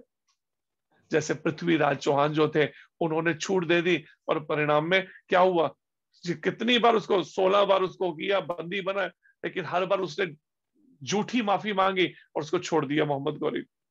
लेकिन जब 7वीं बार उनको पकड़ा, वो हार गए जब, तो परिणाम में एक बार भी छूट नहीं दी और उनको, तो 16 बार उनको छूट देने का, एक बार चलो मान लिया किसी को छूट दी जाए, लेकिन बार बार अगर छूट दी जाएगी तो परिणाम में ये अनीति, अधर्म करने वालों को आप कैसे कह सकते हैं। इसलिए ऐसे ही यूपी में जो योगी है, उन्होंने ऐसा ही करा। 2 महीने का टाइम दिया, 2 महीने में जिन बदमाशों ने भागना भाग जाओ यूपी छोड़ के। उसके बाद तीसरे महीने से शुरू कर दिया उनका दिमाग ठीक करना, एनकाउंटर करके मारना, कैसे भी कहते। जेलों में इतना समय थोड़ी है हमारे पास पाले इन बदमाशों को। या तो ये मैंने पहले मौका दिया था, या तो यूपी छोड़ दो, नहीं तो तैयार हो जाओ मरने के लिए। दंड भोगने के लिए, परिणाम। तो इसलिए उस दंड, अधर्मी को, पापी को दंड देना ही उसके लिए लाभ है। तो उसके लिए ही इसीलिए व्यवस्था, कानून ये सब बने। लेकिन कई बार वो ऐसे लचीले पड़ जाते हैं, उसका नाजायज फायदा ये बदमाश लोग उठा लेते हैं। लेकिन हमें पहले, अगर हम आचरण में अगर ठीक बने, पक्के बने, अपने सनातन धर्म के इन सबका ठीक से पालन करेंगे, शुद्धि का, पवित्रता का, अपने खान पान, रहन सहन, कार्यकलापों को बिल्कुल अपने शास्त्र में, गीता में बताए गए अनुसार करेंगे, तो भगवान क्या कहेंगे? भगवान कहते हैं ददामी बुद्धि योगम तम। जब उनका भजन करेंगे तो वो हमें बुद्धि देते हैं कैसे हम भगवान के पास लौट सके। और यहाँ भी जब तक रहेंगे तब तक किस तरीके से हम खुद भी आचरण करें और दूसरों को भी कैसे शिक्षित कर सके, समाज को, वो बुद्धि भगवान देते हैं। जैसे प्रभुपाद जी को दी, जैसे गुरु महाराज को दे रहे हैं अपने शुद्ध भक्तों को। तो इससे शिक्षा लेकर हमें केवल अपने ही उद्धार की बोझ नहीं करनी चाहिए कि हाँ बस मेरा उद्धार हो गया, मैं साधना कर लूं, बस मैं तो घर में बैठे बिस्तर पे शरीर छोड़ देना ना। अपने साथ में, अपने जो भी मेरे संपर्क में आते हैं, सबको प्रयास करना है भक्ति में, कृष्ण भक्ति में लगाने का। भगवान नहीं बुद्धि काम करती तो गुरु महाराज को, प्रभुपाद जी को, परंपरा, षड गोस्वामियों को, गौर निताई, पंच तत्व, राधा कृष्ण को प्रार्थना करनी है मन ही मन, बार बार, आप कृपा करके बुद्धि दो, कैसे मैं इस जीवात्मा को आपकी सेवा में, भक्ति में लगा सकूं, जो आपसे विमुख होके भटक रहे हैं। जब हम बार बार प्रार्थना करेंगे और हरि नाम करेंगे ना निरंतर का, तो भगवान बुद्धि देंगे कैसे इन्हें कृष्ण भक्ति में लगाया जाए, युक्ति से, मुक्ति वाले तरीके से। हरे कृष्णा। धन्यवाद आप सबका। कोई प्रश्न हो तो कर सकते हैं। हरे कृष्णा जी। प्रभु जी बहुत बहुत धन्यवाद, बहुत बहुत सुंदर लेक्चर था आज का आपका। मेरा एक प्रश्न तो है, जी। अगर कोई और पहले पूछना चाहे तो पूछ सकते हैं। हरे कृष्णा प्रभु जी। हरे कृष्ण जी। प्रभु जी मेरा एक प्रश्न है, जैसे वो महाभारत हम देख रहे थे कल, तो उसमें श्री कृष्ण जो है अर्जुन जी को मतलब ज्ञान समझा रहे थे। तो भक्ति योग में अर्जुन ने पूछा कि जो है भक्ति तो कई तरीके के होते हैं, पत्नी के भक्ति पति की ओर होता है, गुरु शिष्य जो होता है उसकी भक्ति गुरु की तरफ होता है, तो और सबसे श्रेष्ठ भक्ति क्या है? तो श्री कृष्ण ने बोले सबसे श्रेष्ठ भक्ति जो है वो मतलब ईश्वर के प्रति भक्ति होता है। तो प्रभु जी उन्होंने क्यों नहीं कहा कि गुरु भक्ति सबसे श्रेष्ठ है, उन्होंने क्यों कहा कि ईश्वर की भक्ति सबसे श्रेष्ठ है? आप देखिए ना, वहां पर प्रश्न कौन कर रहा है, उत्तर कौन दे रहा है। आपने पहले के श्लोक अगर गीता में पढ़े हो तो अर्जुन पहले ही उनको गुरु रूप में स्वीकार कर चुका है। उसने स्पष्ट कहा, शिष्यस्ते अहम शाधि माम त्वाम प्रपन्नम। हे कृष्ण, मैं आपकी शिष्यता ग्रहण करता हूं, आप मुझे मार्गदर्शन दीजिए। तो वो सामने जो भगवान है वो भगवान उनके गुरु के रूप में है। इसलिए वो शब्द को अगर स्पष्ट, अगर आप ग्रंथ में देखेंगे तो स्पष्ट वर्णन है इस बातों का। लेकिन अब सीरियल जो है, स्वाभाविक बात है, सीरियल बनने वाले कोई प्रमाणिक आचार्य थोड़ी है वो तो अपने धन कमाने के लिए वो बना रहे हैं। चलो ना करने से कुछ प्रयास तो किया उन्होंने, लेकिन इसलिए आप ये कैसे उम्मीद कर सकते हैं कि वो 100% बिल्कुल बिल्कुल सही बात को कह सकेंगे? जब तक उनका समर्पण, उनका भक्ति भाव वैसा ना हो तो ये विचार करना चाहिए। शास्त्र में तो वर्णन है, गीता में हमने बताया भी है कई बार, पर वो श्लोक है गीता में जिसमें अर्जुन ने जब देखा अपनी बुद्धि काम नहीं कर रही, तब उन्होंने शिष्यता ग्रहण कर ली। दूसरे अध्याय के 7वें श्लोक को पढ़िए, उसमें वर्णन है इस बात का। तो प्रभु जी श्रेष्ठ भक्ति क्या है? श्रेष्ठ भक्ति है भगवान कृष्ण की, भगवान राधा कृष्ण की सेवा करना। लेकिन अब सेवा कैसे की जाए वो मुझे नहीं मालूम है ठीक से, और मैं इतना ज्यादा इंद्रियों का और मन का गुलाम हो चुका हूं, अपने प्रयासों से मुझे सफलता नहीं मिल पा रही। इसलिए मुझको भगवान कृष्ण से चल रही परंपरा का योग्य प्रमाणिक प्रतिनिधि गुरु चाहिए, जो मुझे उंगली पकड़ के, जिसे कह सकते हैं कदम कदम पे मेरे को मार्गदर्शन देकर चलाए, स्टेप बाय स्टेप मेरे को बताए कि कहाँ का मेरे से कमी हो रही है, गलती हो रही है, जिसका मुझे सुधार करना चाहिए, जिससे मेरी आध्यात्मिक उन्नति हो सके। जी प्रभु जी, ये तक तो समझ में आया, जैसे कि मतलब प्रभुपाद जी हैं, गुरु महाराज जी आप हो, आप तो कृष्ण भक्ति सिखा रहे हैं कि उन्हीं को भक्ति करो, मतलब माध्यम जो है वो गुरु है। लेकिन ऐसे बहुत से मतलब हम भी मतलब कई लोगों के माध्यम में आए हैं जो कहते हैं कि उनको मतलब भगवान कोई नहीं है, गुरु ब्रह्मा गुरु विष्णु गुरुदेव महेश्वर, गुरु ही सबसे श्रेष्ठ है। तो गुरु की पूजा में सबकी पूजा हो जाती है और बाकी भगवान की पूजा करने की जरूरत नहीं है। तो प्रभु जी क्या ये कितने हद तक ये सही है? और ये थोड़ा जो डाउट है वो क्लियर कर दीजिए कि मतलब अब उनको जैसे हम भी कह पाए कि क्या मतलब डिफरेंस है गुरु भक्ति और ईश्वर भक्ति में, ये सब चीज थोड़ा सा क्लियर कर दीजिए। अगर कोई ये कहता है कि हाँ भगवान की सेवा छोड़कर, भगवान कृष्ण की, भगवान राम, भगवान विष्णु, भगवान नारायण की भक्ति छोड़कर केवल गुरु की भक्ति करनी चाहिए, इसका मतलब वो बदमाश है, गलत है मतलब। और वहीं पर ही अगर कोई गुरु की भक्ति कर रहा है, गुरु को ब्रह्मा विष्णु महेश कहकर, लेकिन गुरु विष्णु भगवान की भक्ति बता रहा है, कृष्ण भक्ति बता रहा है, तो वहां पर भावनाओं का अंतर है कि उसे समझने में हो सकता है उसका समर्पण अभी भगवान के प्रति पूरा ना हो। लेकिन गुरु योग्य अगर है, वो इस तरह का मूर्ख नहीं है कि वो अपनी ही भक्ति कराने के प्रति कहे और बाकी सबको अलग कर दे। तो परिणाम में वो अगर कृष्ण भक्ति की तरफ गुरु ले जाता है और फिर चाहे वो ब्रह्मा विष्णु महेश कुछ देर के लिए कह रहा है, लेकिन धीरे धीरे उसे वहां ट्रांसफर उसकी भावना को करेगा अगर सही गुरु होगा तो। जैसे हमारे सामने एक जीवात्मा आई गुरु महाराज की शरण में, तो उसने क्या कहा, कहती मैं भगवान कुछ नहीं जानती, मैं भक्ति कुछ नहीं, मैं तो केवल गुरु जी आपके लिए आई हूं, बस मैं आपकी बात सुनूंगी और किसी की नहीं सुनूंगी, किसी की मेरे को वो नहीं है, मैंने घर छोड़ा आपके लिए बस। लेकिन महाराज ने क्या किया, बड़ी युक्ति से तरीके से उसे कृष्ण की सेवा में लगाते लगाते लगाते इस स्थिति में ला दिया कि वो नियम से मंगल आरती और 64 माला जप और निष्काम सेवा कर रहे हैं। लेकिन किस में लगाया, कृष्ण की सेवा में लगाया। तो वो गुरुजी करती रही और गुरुजी कृष्ण कृष्ण करते रहे और उधर तरफ ट्रांसफर कर दिया। ये योग्य गुरु की पहचान है।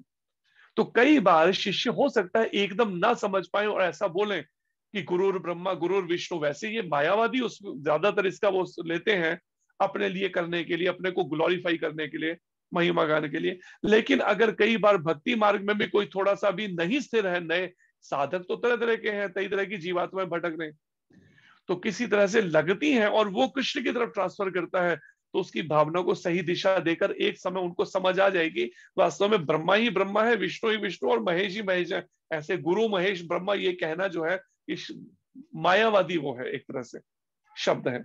मायावादी भाष्य सुनीले होइले सर्वनाश, चैतन्य महाप्रभु कहते मायावादी भाष्य सुनने से सर्वनाश हो जाएगा। इसलिए उसको गुरु को चाहिए वो ट्रांसफर करे और सही वही है, उचित वही है। अगर कोई अपने को पुजवाना चाहता है उन सबको हटाकर भगवान को, तो वो सही नहीं है, वो ठग है, सही नहीं। तो उनको युक्ति से भगवान कृष्ण के बारे में बताना चाहिए कि वास्तव में भगवान कृष्ण की भक्ति का उन्हें तरीके से, ठीक है आप गुरु भक्ति करते हैं अच्छी बात, साथ में ये भी करें थोड़ा सा, ऐसे तरीके से लाना पड़ेगा। एकदम उनकी बात को काट नहीं सकते क्योंकि वो हो सकता है उनकी भावना को ठेस लगने से वो भक्ति जो थोड़ी बहुत करने में लग सकता है वो भी टूट जाए उसकी श्रद्धा। तो बड़ी युक्ति से लाना पड़ेगा उसको। तो प्रचारक को भगवान बुद्धि देते हैं कैसे उनको भगवान की तरफ मोड़ा जाए, इन जीवात्माओं को जो अलग अलग भटक रही है अपने। क्योंकि भगवान ने ब्रह्मा जी को ब्रह्मा बना रखा है जो ब्रह्मा जी के योग्य जीवात्मा है। ऐसे ही भगवान विष्णु जो है स्वयं भगवान का ही एक स्वरूप जो है विष्णु रूप में उस पर है पद पर, और ऐसे ही शिव जी के रूप में।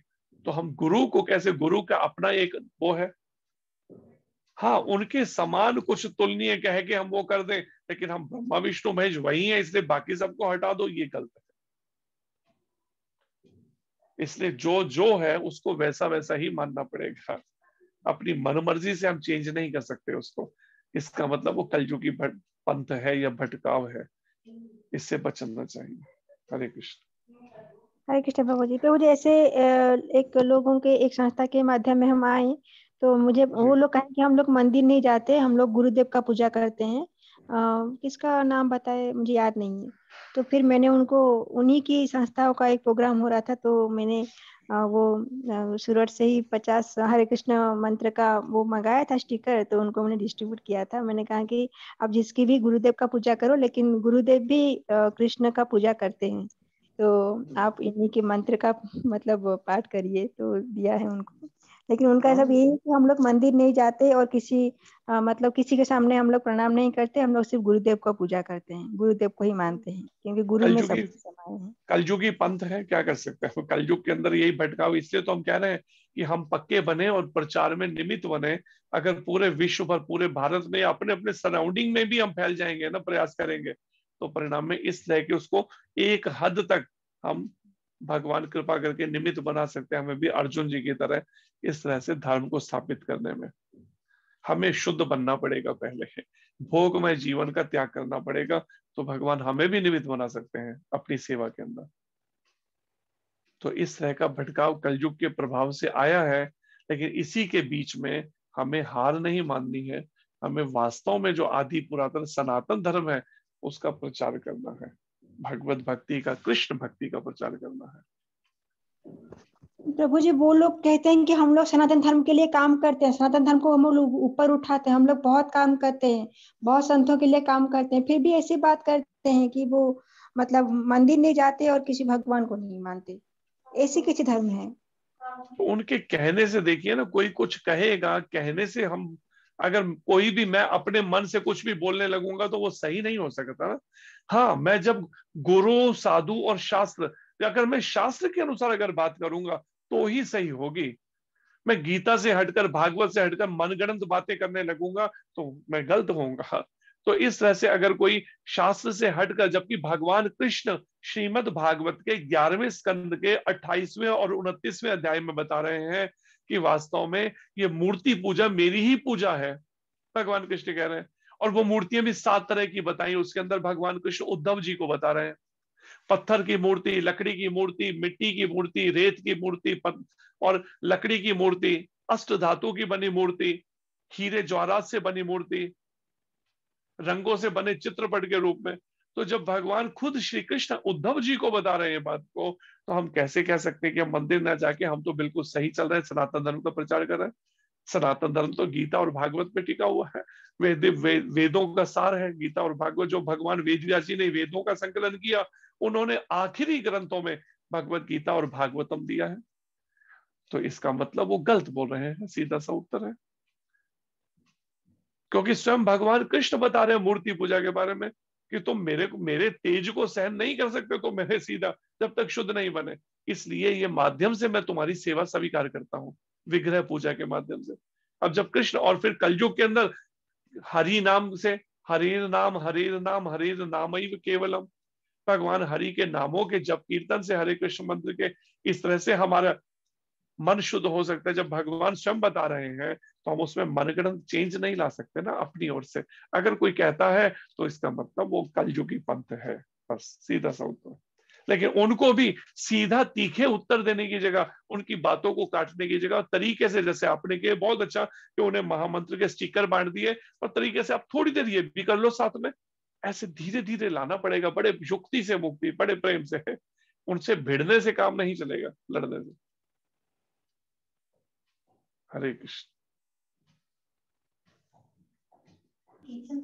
हरे कृष्ण। प्रभु जी एक और प्रश्न है, जैसे कि माला करते समय, जैसे कि सारा मालाएं जो है मतलब ध्यान से नहीं हो पाता, मतलब काम करते करते भी कुछ माला हो जाता है, तो वो मतलब इफेक्टिव होगा?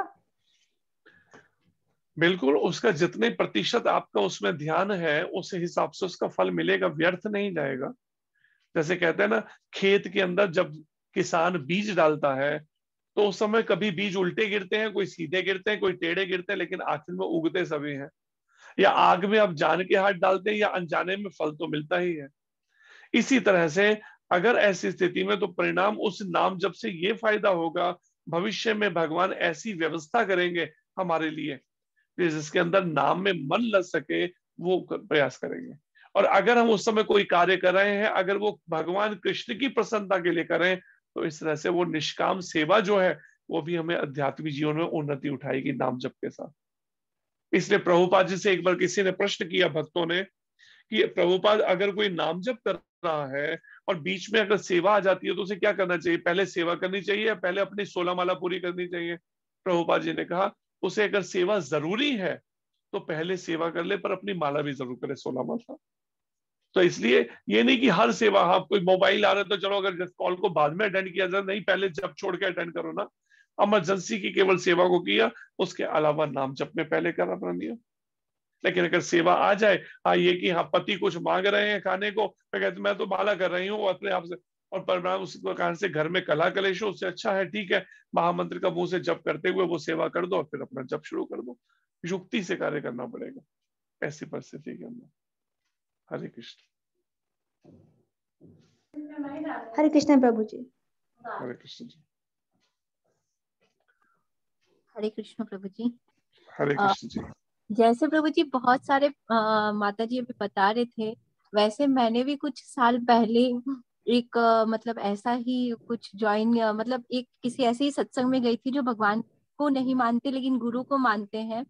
लेकिन जब मैंने उनका सत्संग सुना तो वो एग्जाम्पल दे रहे हैं प्रहलाद महाराज के, ध्रुव महाराज के, मीराबाई के, मतलब बात को घुमा के बोल रहे हैं इनडायरेक्टली, बस भगवान के नाम को, भगवान के रूप को नहीं मान रहे लेकिन एग्जाम्पल्स उनके दे रहे हैं।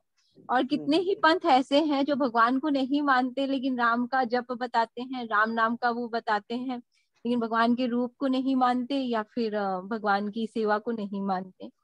तो अल्टीमेटली कहने का ये है कि हमारा जो ये सनातन धर्म प्रभुपाद ने जो हमें दिया है, यही मतलब इसी में लगता है कि लास्ट अंतिम छोर तक हम इसी से जा सकते हैं, किसी और विधि से नहीं।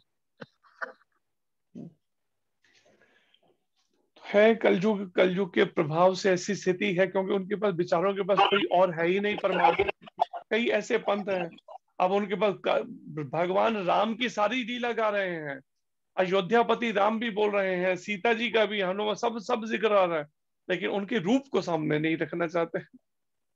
ये भी अपने आप में माया का एक ऐसा शिकंजा है, जीव जब उसमें फंस जाता है तो परिणाम कल को अगर सामने किसी को रख दिया और, तो मेरी पूजा लोग कैसे करेंगे, मेरा सम्मान कैसे करेंगे। इसलिए ऐसे ऐसे तरीकों से भटकाव कलयुग ने या माया ने ऐसे ऐसा किया है कि अच्छे खासे लोगों को जो कितने देखने में सीरियस लगते हैं, गंभीर लगते हैं, बड़ी बड़ी कथाएं करनी जानते हैं, लेकिन उसके बाद भी कहते हैं ईश्वर वास्तव में तो निराकार है। भक्तों की भावना को देखकर साकार, लेकिन वास्तव में तो निराकार है। इस तरह से माया ने कैसे कैसे जीवों को उलझाया है, इतने गंभीर, बड़े त्यागी वैरागी, लेकिन फंसे हैं किसी ने। योग्य मार्गदर्शन मिलना मुश्किल है प्रमाणित परम, इसलिए प्रमाणित परंपरा को अगर हम थोड़ा भी छोड़ते हैं, और परिणाम कब हम माया के चंगुल में फंस के बोलकर पतन की तरफ चले जाएंगे पता भी नहीं चलने देगी माया ही हमें। इसलिए हमें प्रमाणित परंपरा के माध्यम से प्रमाणित गुरु के चरणों को कस के पकड़ के रखना होगा, अर्थात उनकी आज्ञाओं का पालन करना होगा दृढ़ता पूर्वक। थोड़ा भी शास्त्र से हटकर इधर उधर के कोई लेक्चर सुनना, पुस्तकें पढ़ना, उससे बचना होगा। कल को अगर हम चाहते हैं कि हमारे जीवन में भटकाव ना आए तो इसलिए ये बड़े गंभीरता पूर्वक चलना होगा, इसलिए रास्ते तभी तय हो पाएगा। नहीं तो इतने पंथ चल रहे हैं, मेरे को बताइए ना कोई एक ऐसा प्रमाण जहां जिससे रास्ता तय हो पा रहे हो, पूरे रास्ते तय हो रहे हैं। वहीं पर प्रभुपाद जी ने पूरे जीवन भर एकदम प्रमाणित परंपरा के माध्यम से प्रचार किया, और आखिरी समय पूरे 14 बार पूरे विश्व का भ्रमण किया, लेकिन जब शरीर छोड़ने का समय आया तो वृंदावन पहुंच गए, और कुछ महीने वृंदावन में रहते हुए मुंह से भागवतम का, श्रीमद् भागवत के अनुवाद तात्पर्य वो सब कर रहे हैं 10वें स्कंद के, और हरे कृष्ण बोलते हुए शरीर का त्याग किया।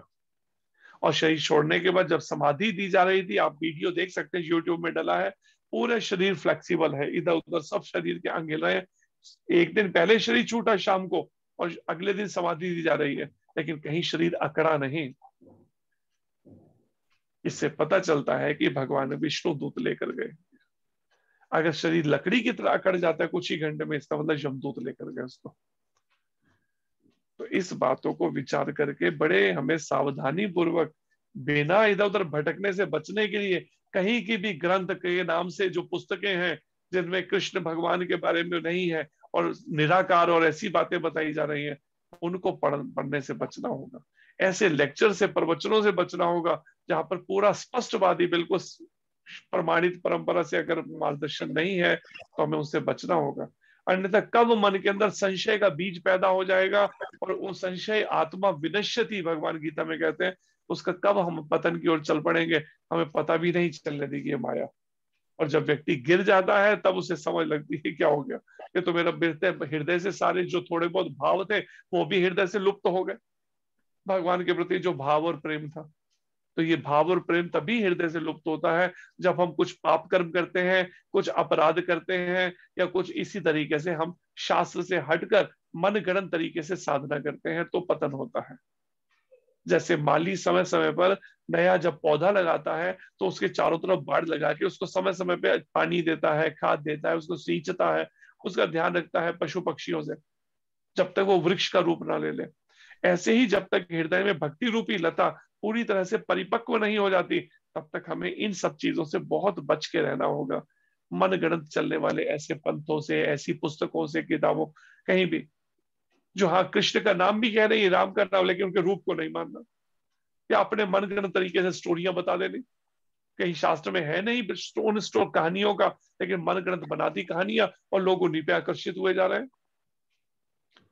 ऐसी एक संस्था है वो ब्रिज में कर रही है, वो क्या कहती है, हम ब्रह्म संबंध जुड़ाते हैं भगवान से, ईश्वर से, भगवान कृष्ण से हम संबंध जुड़ाते हैं, ब्रह्म संबंध। और करके पता नहीं कितनों को भटका दिया उसने भी, और कहाँ कहाँ भटका पता भी नहीं चलने देते।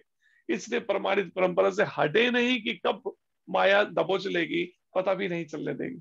वो ब्रह्म संबंध के नाम से ही ऐसे जो पहले दीक्षित है उनको दोबारा दीक्षा दे डाली, और परिणाम कितना बड़ा ये अपराध है कि प्रमाणित परंपरा में दीक्षित है और गुरु जो है वो योग्य है, उसके बाद हम योग्य गुरु को अगर छोड़कर फिर भटक जाते हैं, कहीं और चले जाते हैं दिशा में।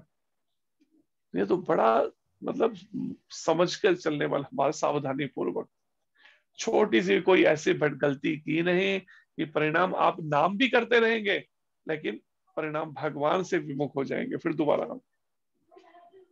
इसलिए बड़े सावधानी पूर्वक भक्तों को चलना पड़ता है, वैष्णवों को, अपराधों से, पाप कर्मों से बचते हुए, हर जीवात्मा का आदर सम्मान का भाव हृदय में रखते हुए। हरे कृष्ण। हरे कृष्ण प्रभु जी। मेरा भी एक प्रश्न है, जैसे आज आपने अपने लेक्चर में बताया, अभी भी बताया कि मतलब हम थोड़ा सा भी कहीं पे भी, अगर कहीं पे एक छोटी सी भी गलती हुई तो हम भगवान से विमुख हो जाएंगे और अपने गंतव्य उनके धाम तक नहीं जा पाएंगे। तो प्रभु जी लेकिन भक्ति में तो चलिए प्रमाणिक भगवान की कृपा से प्रमाणिक गुरु भी मिल गए, परंपरा भी मिल गई और कुछ स्टेप चलने की कोशिश भी कर रहे हैं, लेकिन कभी कभी मैं ऐसे देख रही हूँ कि जैसे कुछ तो चलने की कोशिश कर रहे हैं लेकिन उसके आगे का जो है वो एक स्टेप भी आगे बढ़ा ही नहीं जा रहा। मतलब इतना ऐसे लगता है कि जिससे इतना हार्ड हो गया है और वो मतलब उसमें बढ़ ही नहीं पा रहे हैं। ऐसा क्यों और फिर कैसे उसको वो करें हम? मैंने इसका बताया था गुरु महाराज से, एक बार मैंने कहा था कि महाराज मैं ये समझ पाया हूं कि अगर कोई व्यक्ति से अनजाने में कोई गलती या पाप होता है तो भगवान उसे क्षमा कर देते हैं, अगर हम भजन करते हैं और प्रायश्चित करते हैं अपने उस पाप कर्म का। अगर कभी परिस्थितिवश होता है, वो चाहता नहीं है लेकिन परिस्थितिवश, क्योंकि मन पे ऐसी ऐसी मैल जमा हो गई या मन ऐसा मैला हो गया कि हम नहीं चाहते हुए हमसे कोई बुरा कर्म करवा देता है, तो भी भगवान क्षमा कर देते हैं अगर वो सुधरना चाहता है और पश्चाताप करता है।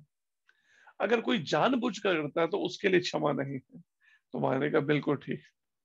तो परिणाम ऐसे में जब हमसे कुछ ऐसे पाप हो जाते हैं जानबूझकर, और उस परिस्थिति में उसका मार्जन करने के लिए हमें, कि हम भविष्य में वैसा पाप अपराध ना करें, और उस आत्माओं से उनसे क्षमा मांगे और भगवान से क्षमा मांगे और प्रायश्चित के लिए हरि नाम करें और विनम्रता पूर्वक फिर भक्ति करें, जिसका उदाहरण है जगाई मधाई।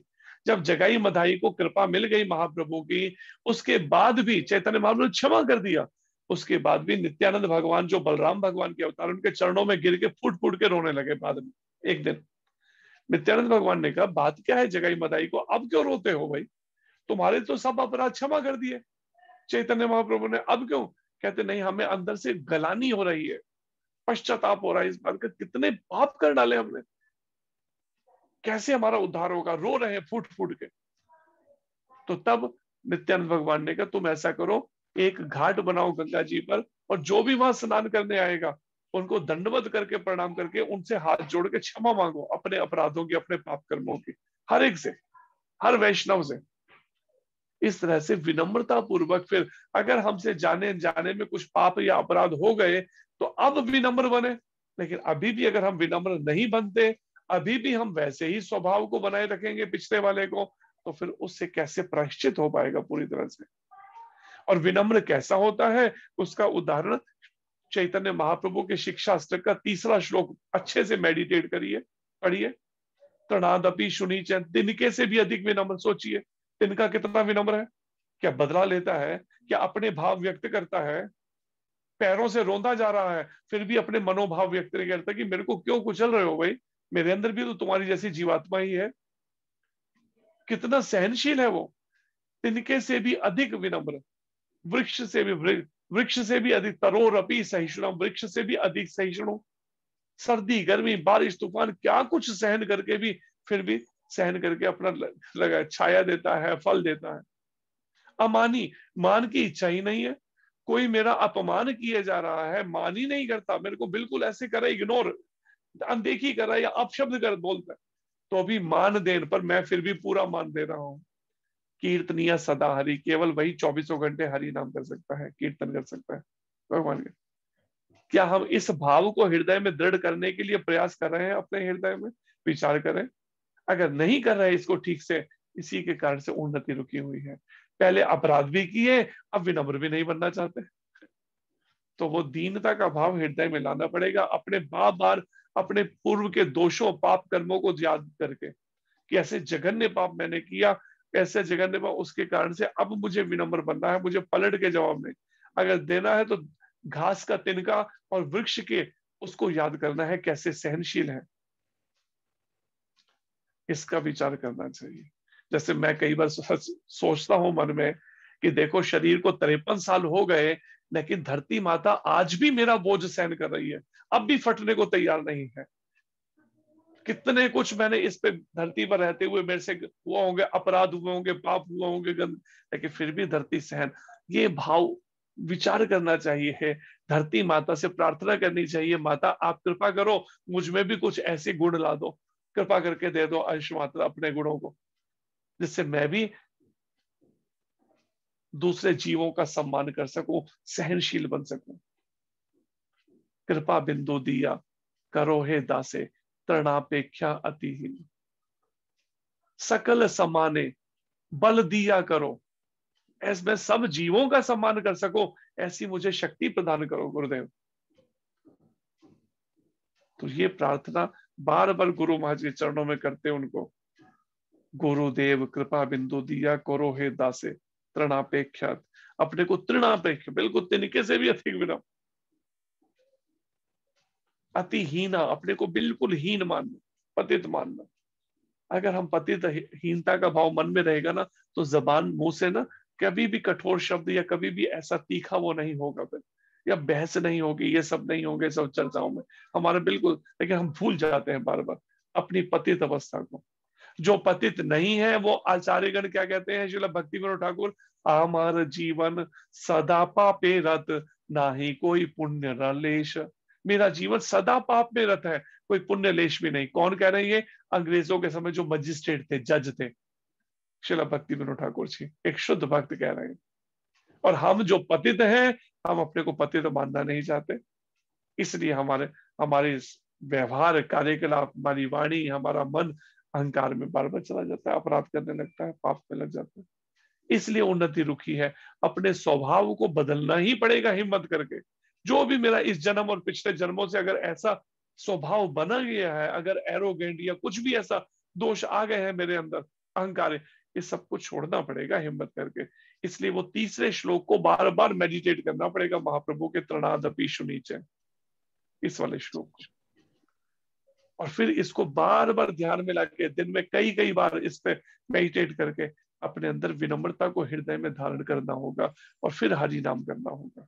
हरे कृष्ण कृष्ण कृष्ण हरे हरे, हरे राम राम राम हरे हरे। और किसी के प्रति भी अपराध ना हो, इससे बचना होगा।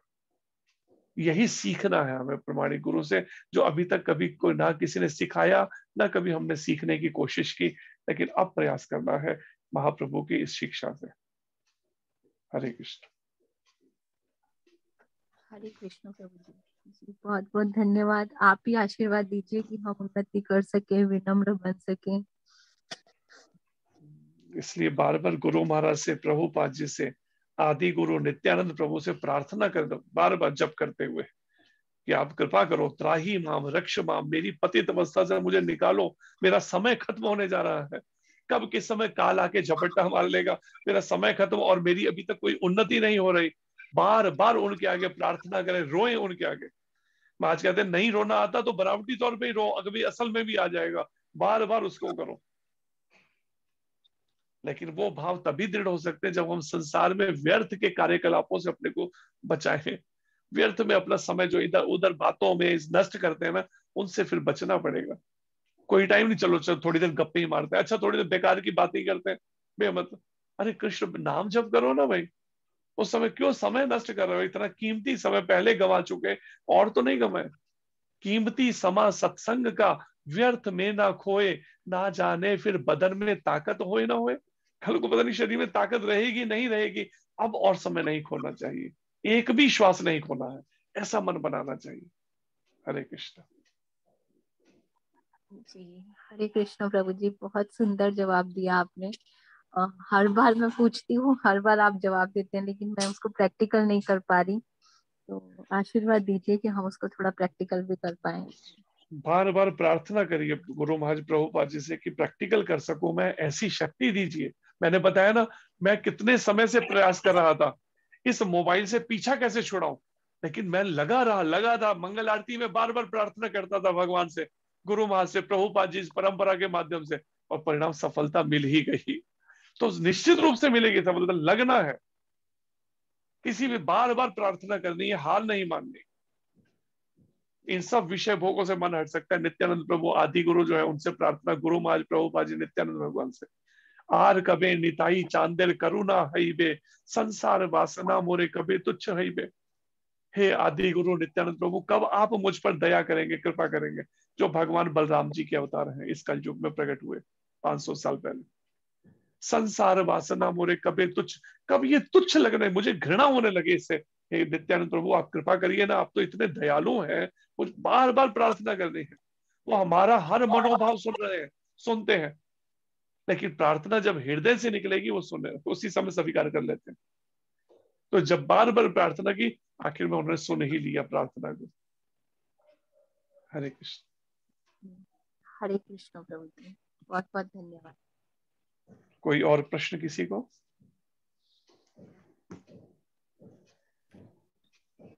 मेरे पीछे दोहराइए सभी। हरे कृष्ण। प्रभु जी एक क्वेश्चन पूछ सकती हूँ? जी। प्रभु जी, ये जो अभी आपने बोला मोबाइल के लिए, तो अगर इस मोबाइल से अगर हम कोई काम कर रहे हैं, हम प्रचार का कोई काम कर रहे हैं, तो भी क्या हमें मोबाइल से दूर रहना चाहिए? क्योंकि उसके बगैर प्रभुपाद जी कहते, देखिए वो बात तो प्रचार से संबंधित नहीं है, बात है इधर व्यर्थ में जो हम बहुत कुछ देखते हैं। जैसे एक माता जी ने मेरे को कहा, फेसबुक से छोटी नहीं बात है मेरा, करूं क्या, घंटों, एक बार मैं करती हूँ चलो एक, और एक बार शुरू करती हूँ फेसबुक, मेरे पता नहीं 2 घंटे 3 घंटे कितने टाइम बीत जाता है। उन सब से जो कृष्ण से संबंधित नहीं है, उन चीजों से बचना है। जी मोबाइल का तो यूज हम भी सामने आपके देख रहे हैं, पर इतने तक ही बस, जैसे ही आपकी खत्म होगा मोबाइल ऑफ, बस। केवल जो मेरे को फोन करेगा बस वो फोन मैंने सुन लेने हैं, उसके अलावा इससे कोई और वो नहीं। ठीक है। आखिर में फिर एक हमने किसी ऐसे को एंगेज कर दिया, जैसे बच्चों की रुचि होती है, मैंने कहा तू ऐसे कर, भगवान सबके जो जो मैसेज मेरे को आ रहे हैं उनके जवाब दे दिया कर, कोई एक भगवान की पिक्चर या कोई ऐसा आंसर देके। तो जो जरूरत होती है वो मेरे से प्रश्न कर लेता है कि ये किसी ने आपसे पूछा है, अदरवाइज वो आंसर देते। मतलब कोशिश करनी है जब तक अपने लक्ष्य को पहले पालें पूरी तरह से, उसके बाद फिर जो समय बचेगा तब विचार करेंगे, अभी समय नष्ट नहीं।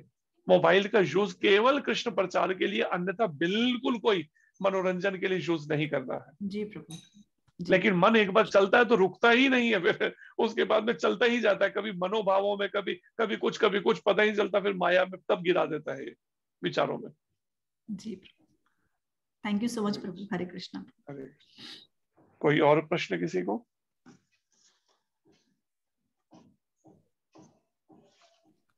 मेरे पीछे दोहराइए सभी।